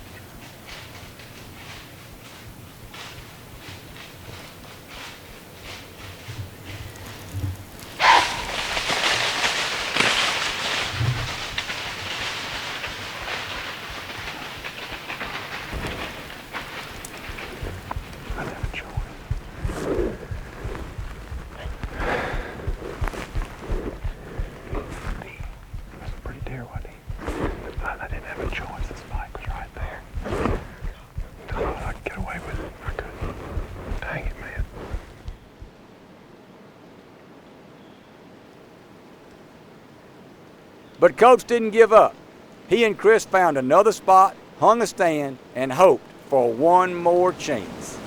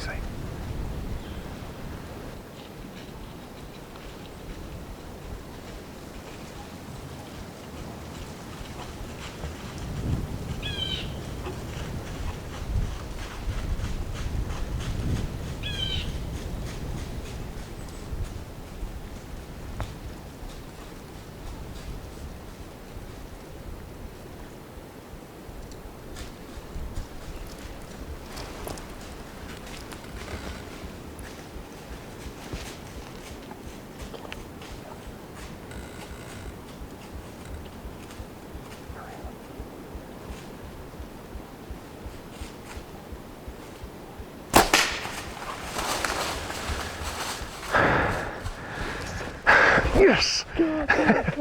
Was that awesome? Oh man, that was unbelievable. Boy, what a pretty buck, Chris. Holy cow. I mean, the only water hole in southeast Iowa this year because of the drought, and my deer flops off in the middle of it. Man, he's pretty. He's up heavy. He's heavy. He's real heavy. Yes. It's unbelievable. Look at them times. There's something, aren't they?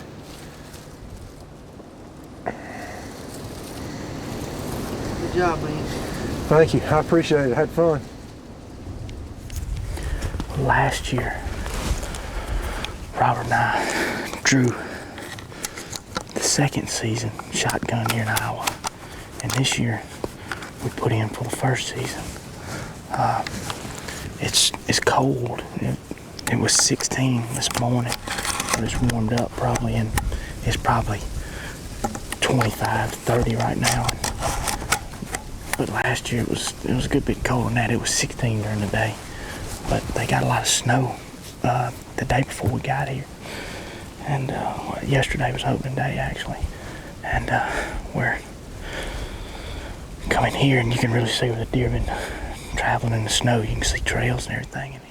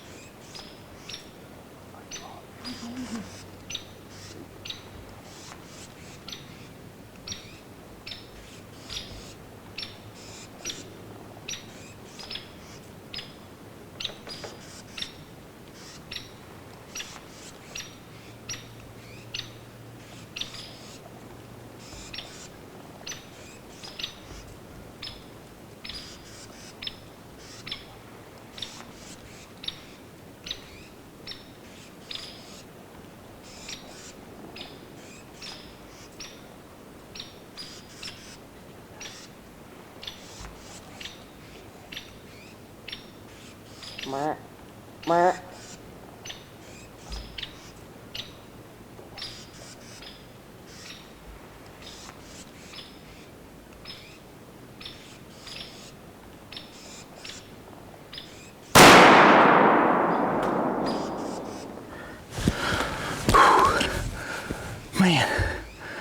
did he fall over, Robert? Yeah, he's down right over there? in that draw. Yes! Yeah! Good shooting. Good shot. Man, I can't believe that. Good grief. I just looked up. We were sitting here, and I looked up, and I seen a rat coming up through the woods right there, through that stuff. I think he's an 8-point. Oh, hey, let's go look at him. All right, man, I'll meet you down. I got everything down. I shot the deer at 4 o'clock. Right now, it is 5:15.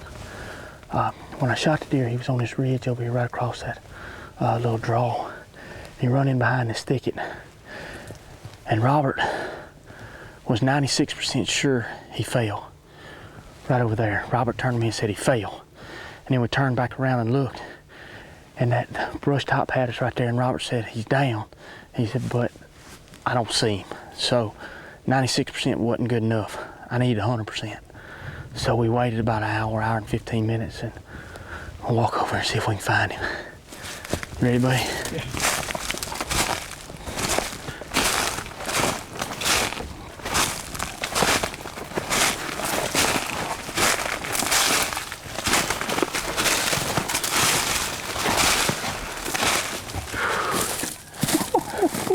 You laid him down, bud. Man. Way to go. Unreal. Man, that was fun. You know, we're up here in Iowa.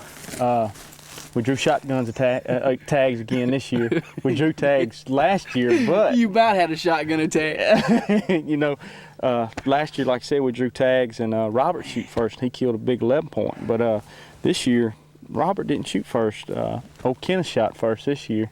It has something to do with a deck of cards and a one-sided coin. Oh, come on. You know I wouldn't do you that way. Show him. Show him. Shooting second is not all that bad, especially when you're in Iowa. Kenneth and Robert decided they would try the same spot where Coach and Chris got so close to killing that big 10-point during bow season.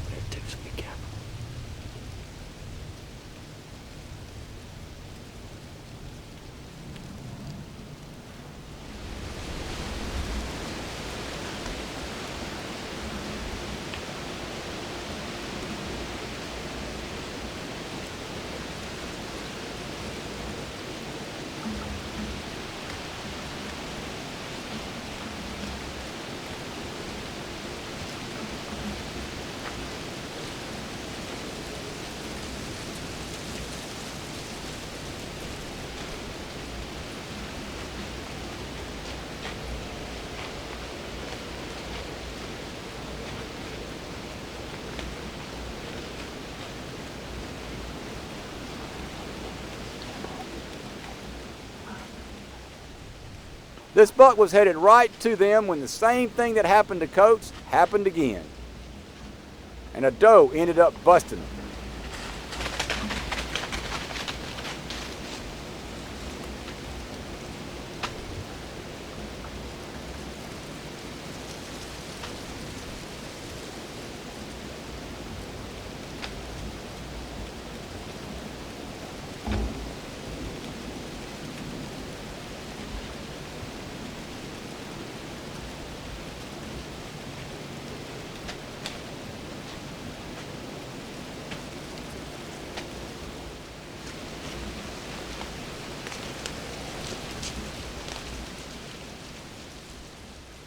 But lucky for Robert, he had a shotgun and not a bow.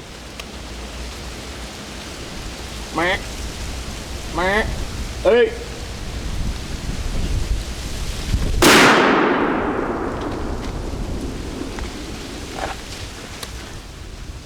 buddy.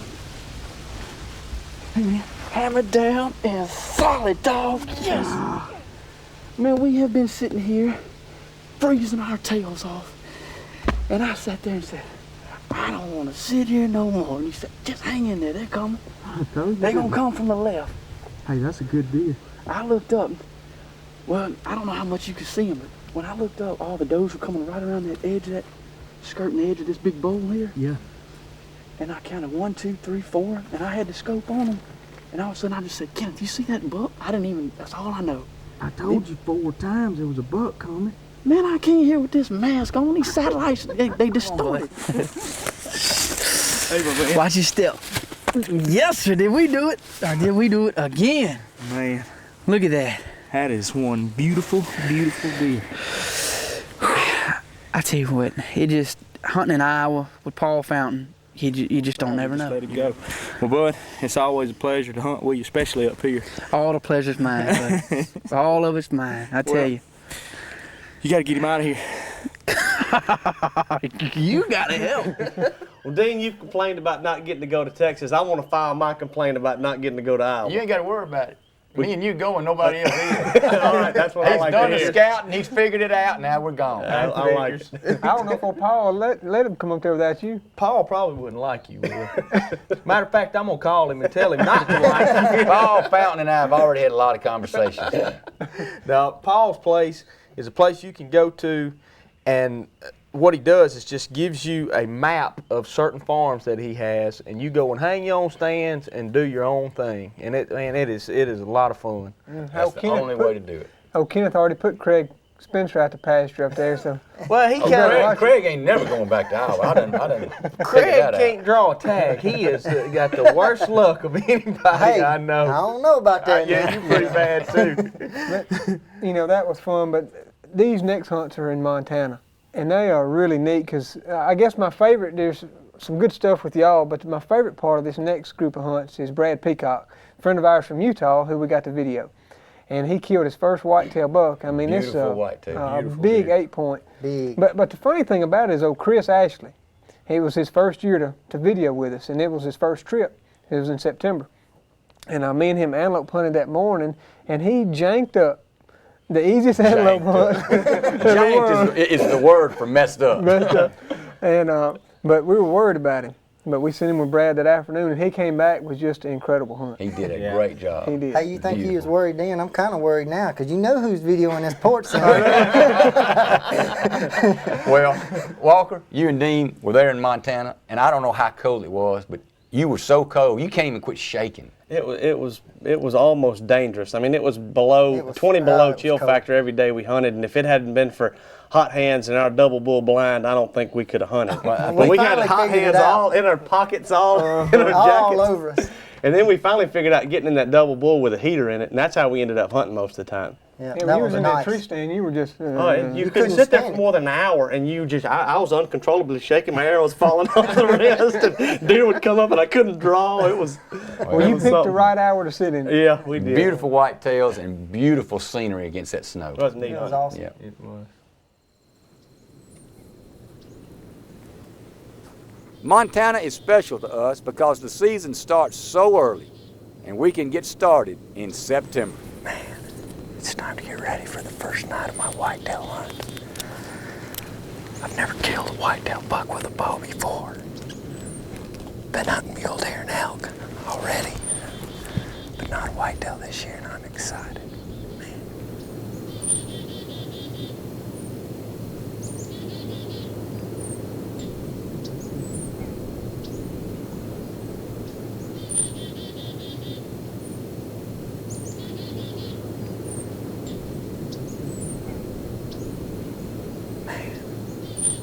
What more could you ask for?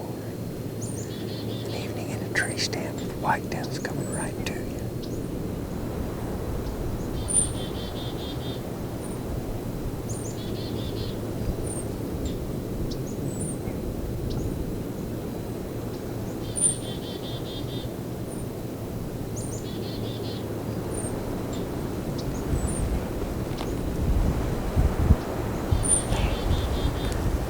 Started out there about 300 yards away and they just kept getting closer.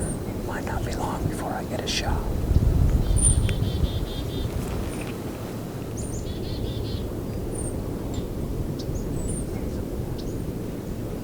Chris, there's a nice buck walking on the north side of the canal right to it. He's a beautiful deer. Probably the biggest we've seen in the field all night.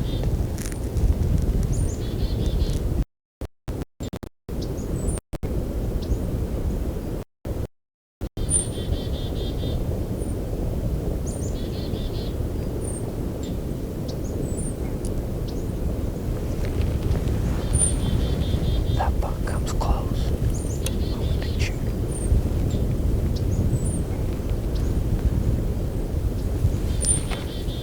I can't ask for a prettier deer than that.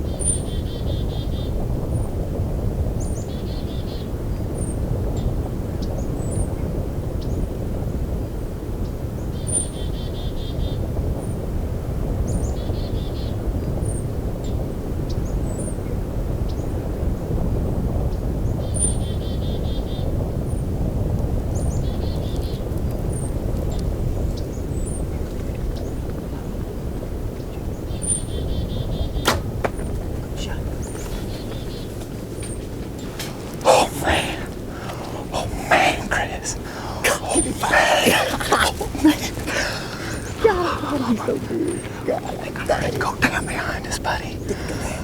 I think so. I seen that buck a couple nights ago. Oh, you are the man. Oh, thank you, Lord. I've been praying for 10 minutes. Y'all, Brad got a new nickname. His name is Rip, for Rip Van Winkle, because he oversleeps. He's our guide, but he don't show up some mornings. And Spook is because he spooks all the game. This year? It is, Will. Think you make a good hit? I think I did. Man, that looks great. I really did. I think you did too. That looks awesome. I've hunted other animals with my bow and shot them, but this is the first whitetail buck I've ever shot with my bow, and man, I'm excited. Kind of anxious to go find him. It's good y'all backed off and didn't go right after him. Where's your trail at? Well, coming down this hill, right through there. You take the lead. Into that thicket. We'll follow you.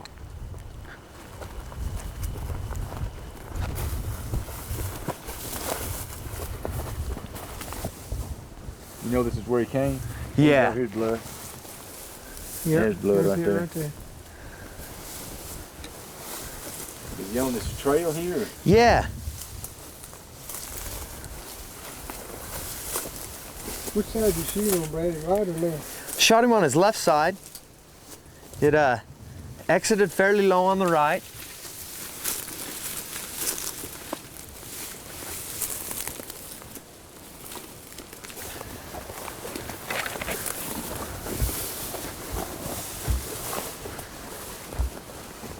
Hold on, he might have gone that way now. I don't see it right.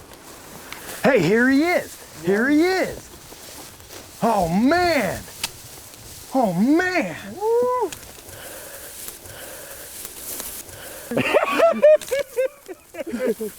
Look at that. Look at that. Brad, he caught you the man. Thank you. You did it. That is an incredible buck. Good gosh almighty.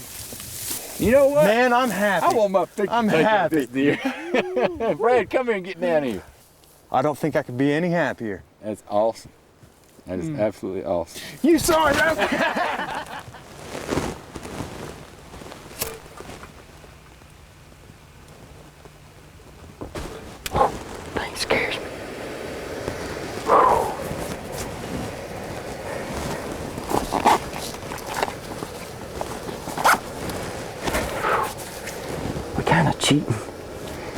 this heater in here this morning. Whew. Sitting in a ground blind on a road bed. These deer are coming through. There's two, like, little duck ponds or whatever you want to call them. They come in here to a head, and they're frozen. And if a deer can help it, they don't like walking on that ice too much. So they're walking down this road bed in between them. I'm gonna sit here this morning and hopefully a nice buck will walk through here. We decided to get in this ground blind. It's been real cold today where we had a heat wave come through. I think it's like 10 degrees. So me and Walker decided we'd cheat a little bit with the heater.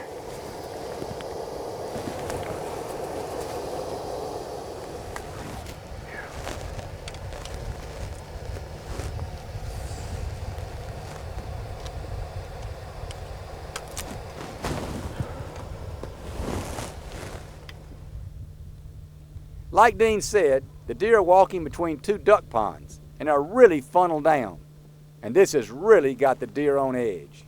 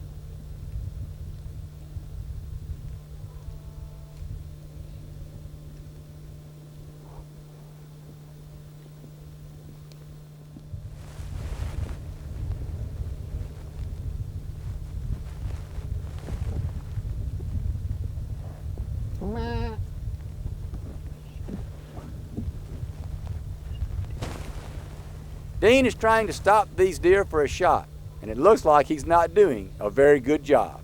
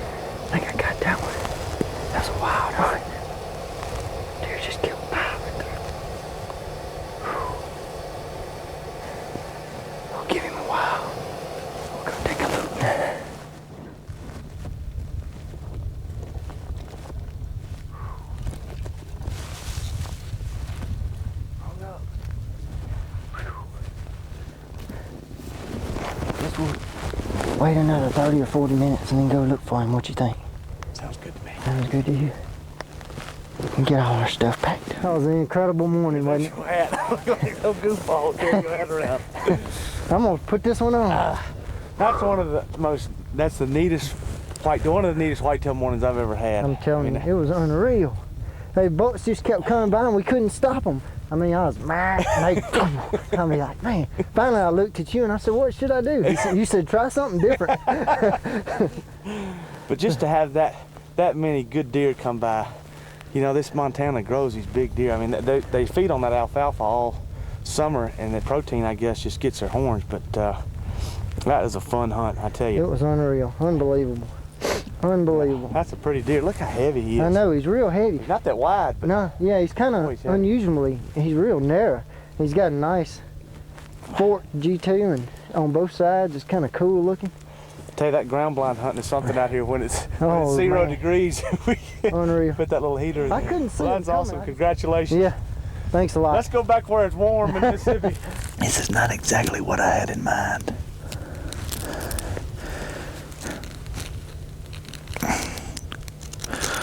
Us southern boys don't know how to handle this too well. But we're gonna give it a shot anyway. Who knows, we might get lucky and shoot one in the snow.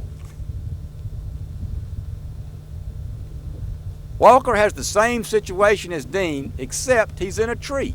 As you can see, these deer really don't like to cross the ice.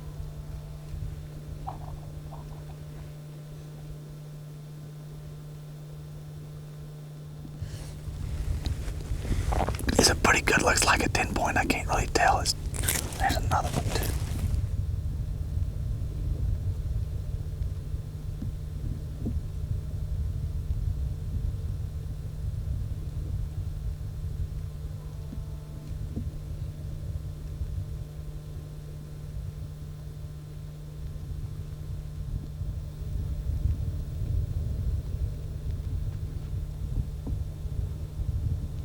This is probably going to be one of the coldest hunts of the season. Even the air will burn your throat, it's so cold. And Walker, well, he starts coughing at just the wrong time.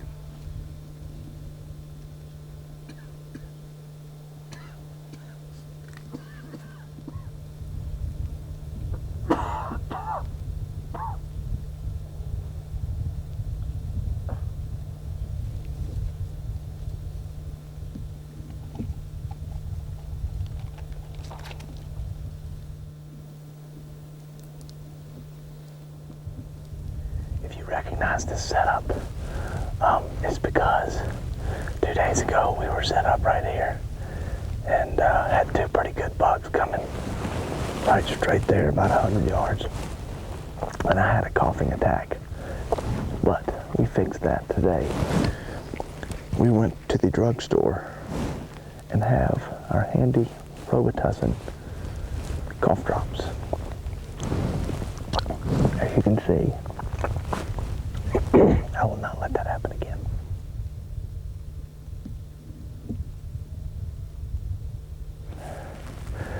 There's a couple of does and a dink buck coming. I think that bigger buck is with them, but I can't see him right now.